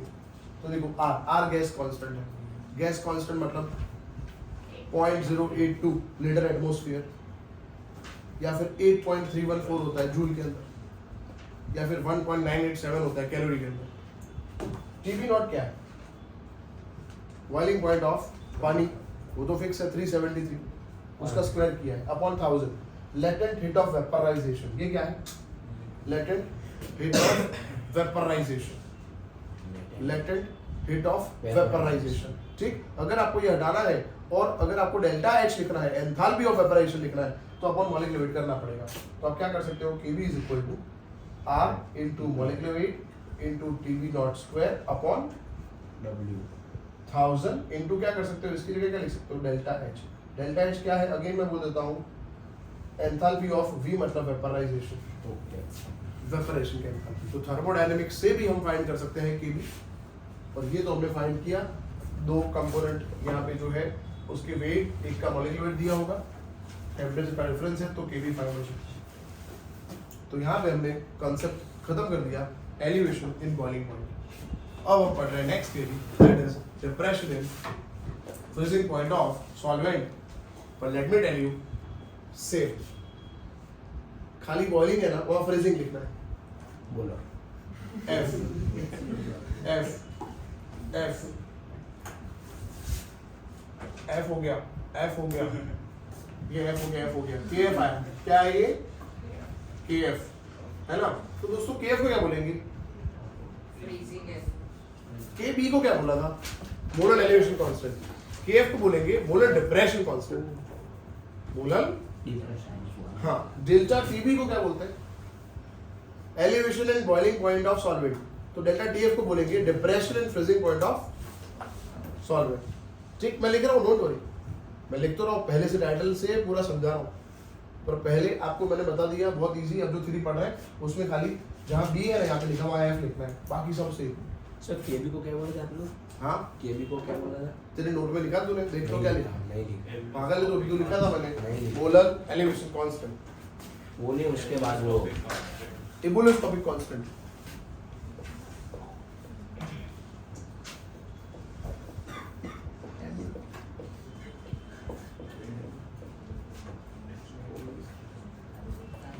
एबोलियोस्कोपिक कांस्टेंट। चलो फिर आगे बढ़ते हैं।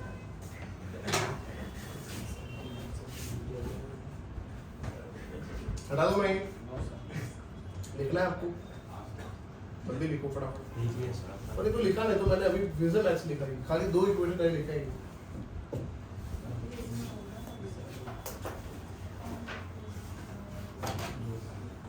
चलो दोस्तों नेक्स्ट डिस्कस करेंगे depression and freezing point of solvent. इसका वीडियो है यूट्यूब पर। किसका?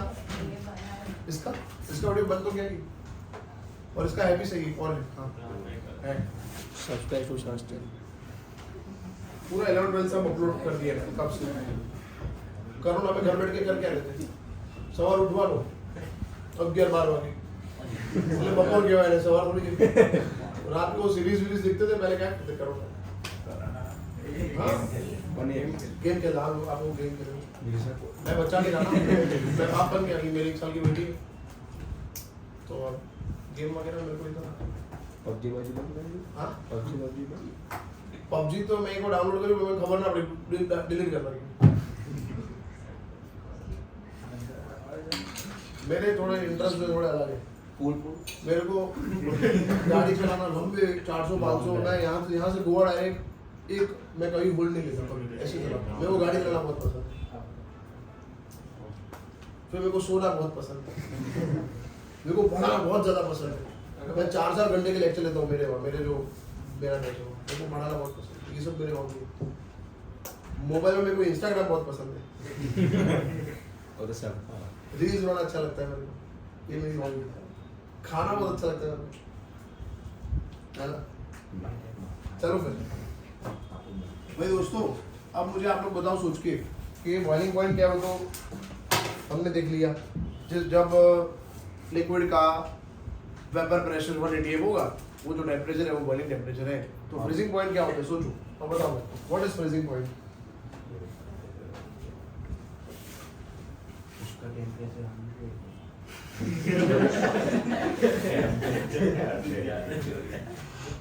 क्या बोल रहा है मैं तो बोल एक्सप्लोर केमिस्ट्री का आज बहुत कम आए नहीं मुझे 5-6 बच्चे एब्सेंट हैं રવિવાર એટલે મેં ખાલી આ આ તો સર ક્લાસ હતો ને એટલે નકર So, मुझे वो एक क्वेश्चन જઈને મારવો પડે એના માટે સ્પેશિયલમાં 5:30 ઉઠવાનું કેમ सर કલાક ફોન કરવાનો 50 ફોન કરો ત્યારે ઉઠે so एक क्वेश्चन समझ नहीं कौन से वो एंड टू माइन आपने वो देखा P not I minus P I upon P not I समझा वो P नहीं आ उसमें समझा फील आएगा एक मिनट क्रिकेट खेलो तुम लोग तो अब जिस संडे ना हो ना अपना लेक्चर सर। संडे मेरे को ही फोन करना हाँ मुझे क्या तो मैं भी आ जाऊंगा क्योंकि मैं सुबह जिम जाता हूँ वो भी तो मैं जिम स्किप कर दूंगा और क्रिकेट खेलेंगे सब कहाँ पे लोग जाने वाले हाँ? कहाँ पे तब कौन सर्कल अगोरा मॉल देखा हाँ बस उधर नहीं है आसपास झोपड़ी है अपनी पक्का सर कितने लोग होते हैं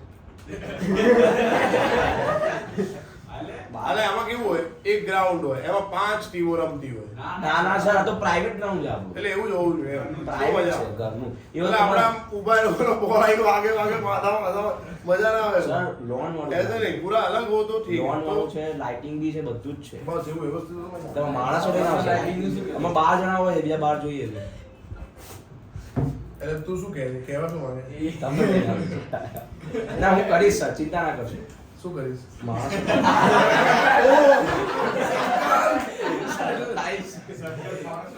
समझ रहे हो समझ रहे हो क्या बोल रहे हो भाई तुम मानो तो लाइस कितने साल बाद હવે 15 લોકો થઈ ગયા છે સબસ્ટિટ્યુટ કરી ઓ હા નહીં चलो 15 ની કેપેસિટી नहीं फिजिंग पॉइंट नहीं लिखना क्या लिखना है हाँ depression in freezing point of solvent चलो पहला पॉइंट फ्रीजिंग पॉइंट क्या है भाई बताओ पानी फ्रीज होता है 0 डिग्री पे तो 0 डिग्री फ्रीजिंग पॉइंट हुआ ठीक है वो तो हमने एक वैल्यू बताई 0 डिग्री पानी के लिए फ्रीजिंग पॉइंट है बट फ्रीजिंग पॉइंट का डेफिनेशन ये है कि जब सॉलिड और लिक्विड का वेपर प्रेशर सेम होगा this temperature is called freezing point of that pure component when the vapor pressure of solid and liquid becomes equal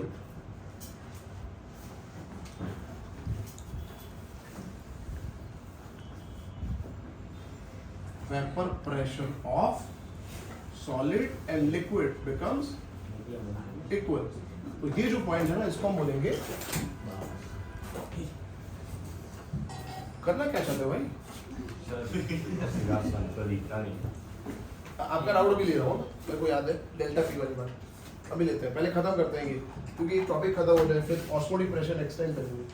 हाँ 10 मिनट में टॉपिक खत्म हो जाएगा, फिर छोड़ देंगे और फिर अपने 1 घंटे और लेक्चर है, पता है। बड़ी मैं तो चाहूँगा आप सब बैठो, क्योंकि उसमें ऑर्गेनिक पढ़ा रहा हूँ मैं, और फिर भी किसी को जाना है तो फ्रीडम है, गेट आउट, मतलब जा सकते।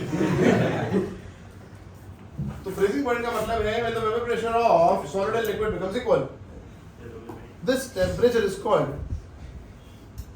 freezing temperature और freezing point। एग्री आप लोग? चलो बेटा पढ़ लो, 10 मिनट है, फिर एक्सप्लोर, कांटियां खा लो, घरे में दाल भात खा लो, सोई ले लो, कैरेडोरस पी लो, गेम रम लो, क्रिकेट रम लो, बढ़वा लो। चलो ठीक है, चलो जल्दी फटाफट 10 मिनट फटाफट जल्दी। तो फ्रीजिंग पॉइंट क्या समझ आ गया आपको?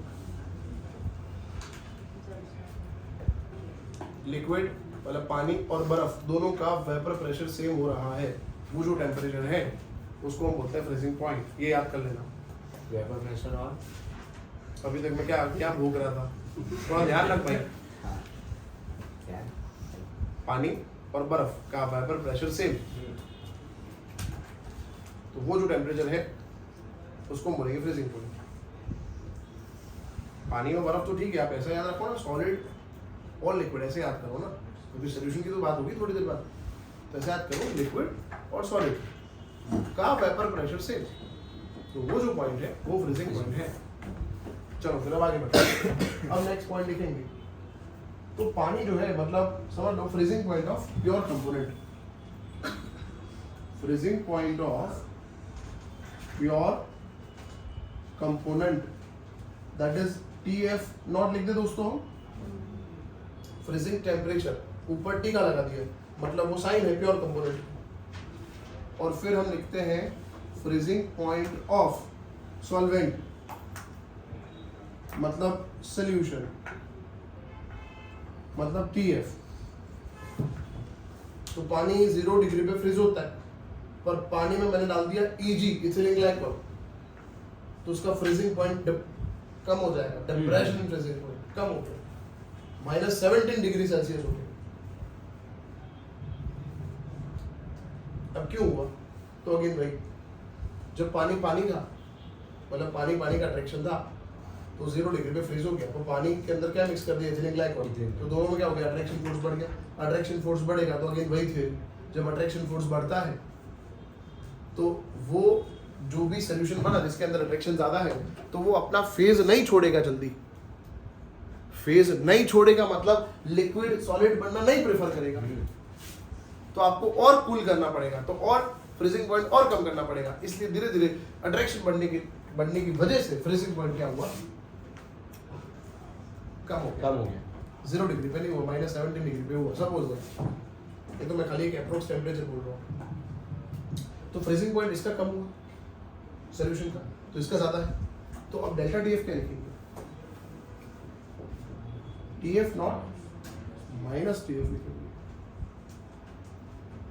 आगे क्या लिखा था, TB माइनस TB नॉट लिखा था, याद है ना? हाँ, तो ये गड़बड़ मत करना वरना फिर साइन चेंज हो जाएगी, और ये तो ऑलवेज माइनस ही आएगा फिर, क्योंकि ये तो 0 डिग्री। समझ आया नहीं है? हाँ उसके हिसाब से ये माइनस प्लस हुआ, समझ लेना कि आपको TF नॉट माइनस TF करना है, उसमें TB माइनस TB नॉट ઊંધું કરો क्लियर है?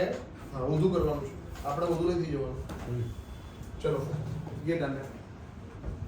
अब अगेन इसको हम प्रूव करेंगे ग्राफ से, जो हमने अभी किया था थोड़ी देर पहले, है ना? उसका ग्राफ प्लॉट किया था, 2 हमने वो एरो ड्रॉ किए थे, फिर हमने समझा था। हाँ। इसमें वही अगेन ग्राफ प्लॉट करेंगे, बहुत इजी ग्राफ है इसका। अगेन यहाँ पे प्लॉट करेंगे वही वेपर प्रेशर, और यहाँ पे प्लॉट करेंगे अपने टेम्परेचर पर। ये टेम्परेचर आप समझता फ्रीजिंग टेम्परेचर है। एक लाइन ड्रॉ कर दी, ये दूसरी लाइन ड्रॉ कर दी, और ये मैंने और एक लाइन ड्रॉ कर दी यहाँ पे। वही सेम ग्राफ, ऐसा समझो ना, मैंने एक लाइन और एक्सटेंड कर दी बस, ठीक। पहले लाइन आगे हमने पता है सॉल्वेंट के लिए ड्रॉ करी थी, तो यहाँ पे भी लिख देता है कि आप समझ लेना ये सॉल्वेंट के लिए है, ये जो लाइन है वो सॉल्यूशन के लिए है, ठीक है, और ये जो लाइन नहीं ड्रॉ करी वो फ्रोजन सॉल्वेंट के लिए है, ठीक। बर्फ बना तब या सॉलिड बना तब, फ्रोजन लिख देता हूँ यहाँ पे, फ्रोजन है ये, फ्रोजन सॉल्वेंट, और ये जो सॉल्वेंट है वो प्योर हो गया ना, प्योर कंपोनेंट, प्योर कंपोनेंट लिख दो या प्योर सॉल्वेंट लिख दो। Yes sir. बराबर समझना वरना कुछ समझ नहीं आना। ये ग्राफ थोड़ा टफ है उससे। तो फ्रीजिंग पॉइंट क्या है पहले तो यहाँ से वापस डिस्कस करेंगे। फ्रीजिंग पॉइंट वो है जब vapour pressure of solid liquid same हो। अब खाली आप एक लाइन ये देखो और ये लाइन देखो, दो लाइन देखो अच्छे से, ये लाइन है ही नहीं, भूल जाओ। तो देखो धीरे धीरे वेपर प्रेशर क्या हो रहा है, डिक्रीज हो रहा है, तो टेम्परेचर क्या हो रहा है, डिक्रीज हो रहा है। अरे मैं बोल रहा हूँ ऊपर से नीचे वैसे आप ऐसे, तो वेपर प्रेशर कम तो फ्रीजिंग पॉइंट भी कम, एंड इट मेक्स सेंस। हमने पढ़ा अभी आगे थ्योरी में लिखा था vapour pressure decrease, boiling point increase, freezing point decrease. तो vapour pressure decrease, freezing point decrease, सही है, डन। वही हो रहा है, वेपर प्रेशर धीरे धीरे कम हो रहा है तो टेम्परेचर भी कम हो रहा है। अब देखो ये पॉइंट पे आए आप तो आपने देखा ये पानी और ये समझ लो बर्फ, दोनों का इस पॉइंट पे वेपर प्रेशर क्या हो गया, सेम। अच्छा तो ये जो टेम्परेचर आया ये क्या आया, कौन सा टेम्परेचर आया ये? पानी का फ्रीजिंग पॉइंट, क्योंकि वेपर प्रेशर ऑफ पानी एंड वेपर प्रेशर ऑफ बर्फ क्या हुआ इस पॉइंट पे, वेपर प्रेशर इक्वल हुआ। इस पॉइंट इस टेम्परेचर को बोलेंगे freezing temperature of water. Exactly, समझ गया। तो ये क्या है, TF के ऊपर एक टी का लगा देते हैं। बोलो एग्री हो आप? Yes sir. अब ये सोल्यूशन आपको समझ आ गया होगा, ये सोल्यूशन का है, ये फ्रोजन का है। अब देखो आप यहाँ तक आए तो यहाँ पे वेपर प्रेशर दोनों का इक्वल नहीं हो रहा, ये ग्राफ और ये ग्राफ यहाँ पे टच नहीं हो रहा, यहाँ पे टच हो रहा है। इसका मतलब ये हुआ जब आपने पानी के अंदर इथिलीन ग्लाइकॉल मिक्स किया तो दोनों में अट्रैक्शन बढ़ा, तो अब यहाँ पे टच हो रहा है। इसका मतलब इस पॉइंट पे उसका फेज, ये जो सॉलिड था और ये जो लिक्विड था, इन दोनों का मिक्सचर था, हमारा लिक्विड था, इन दोनों का वेपर प्रेशर इस पॉइंट पे इक्वल हुआ। तो ये जो टेम्परेचर आया ये किसका टेम्परेचर आया, सोल्यूशन का आया। तो ये कम है, देखो आप ये कम है ये ज्यादा है, इसीलिए TF नॉट माइनस TF किया हमने। बोलो क्लियर? यस ये प्रूव कर दिया हमने ग्राफ से। Okay yes. अब तो मैथ से आगे और वो मैं बता चुका हूँ। क्या अब क्या लिखेंगे, वही लिखेंगे delta TF is proportional to delta P और delta P is proportional to exactly वही का वही पूरा, खाली जहाँ K भी लिखा था ना वहाँ KF कर देंगे बस, क्योंकि B मतलब बॉइलिंग, F मतलब फ्रीजिंग, तो वही मैथ्स आगे लिखूंगा मैं। So delta TF is proportional to delta P is proportional to N2 by N1। चलो अब आगे, so delta TF is proportional to N2 by N1। so delta TF is proportional to weight upon molecular weight upon molecular weight। for M1 શું છે? हाँ काटी ना पहले। so delta TF is equal to K into W2 upon M2 into W1। now अब हमने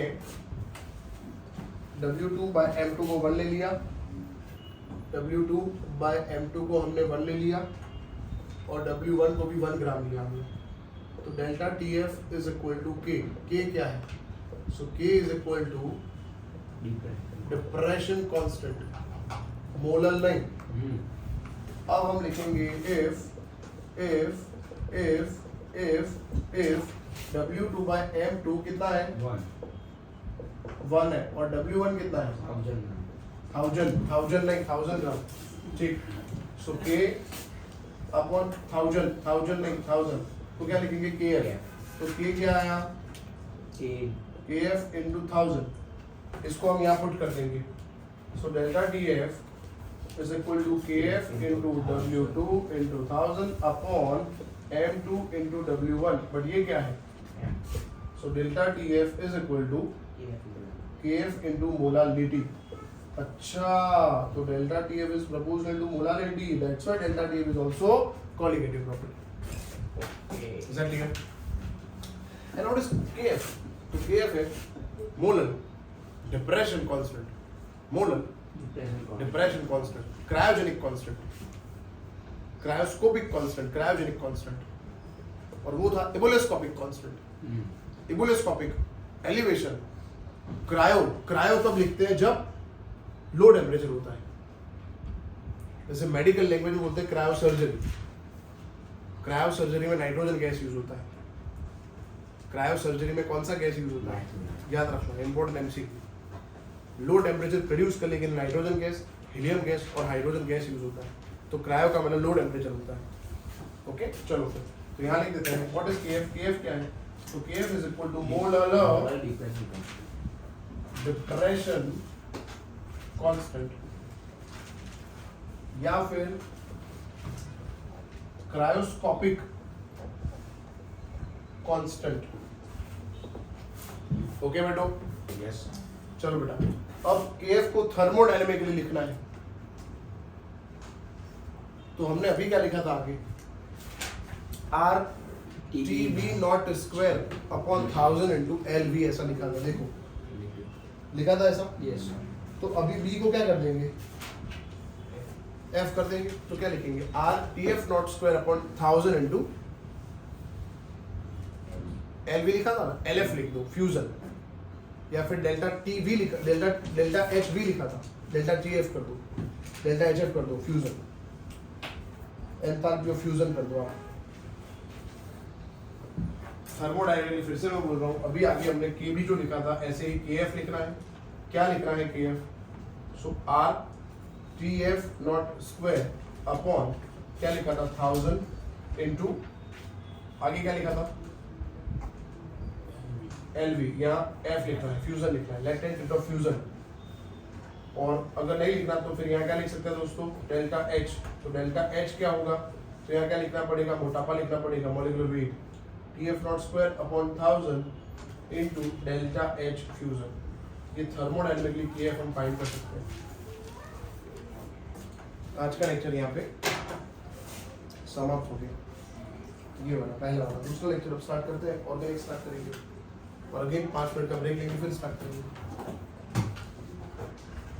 yes,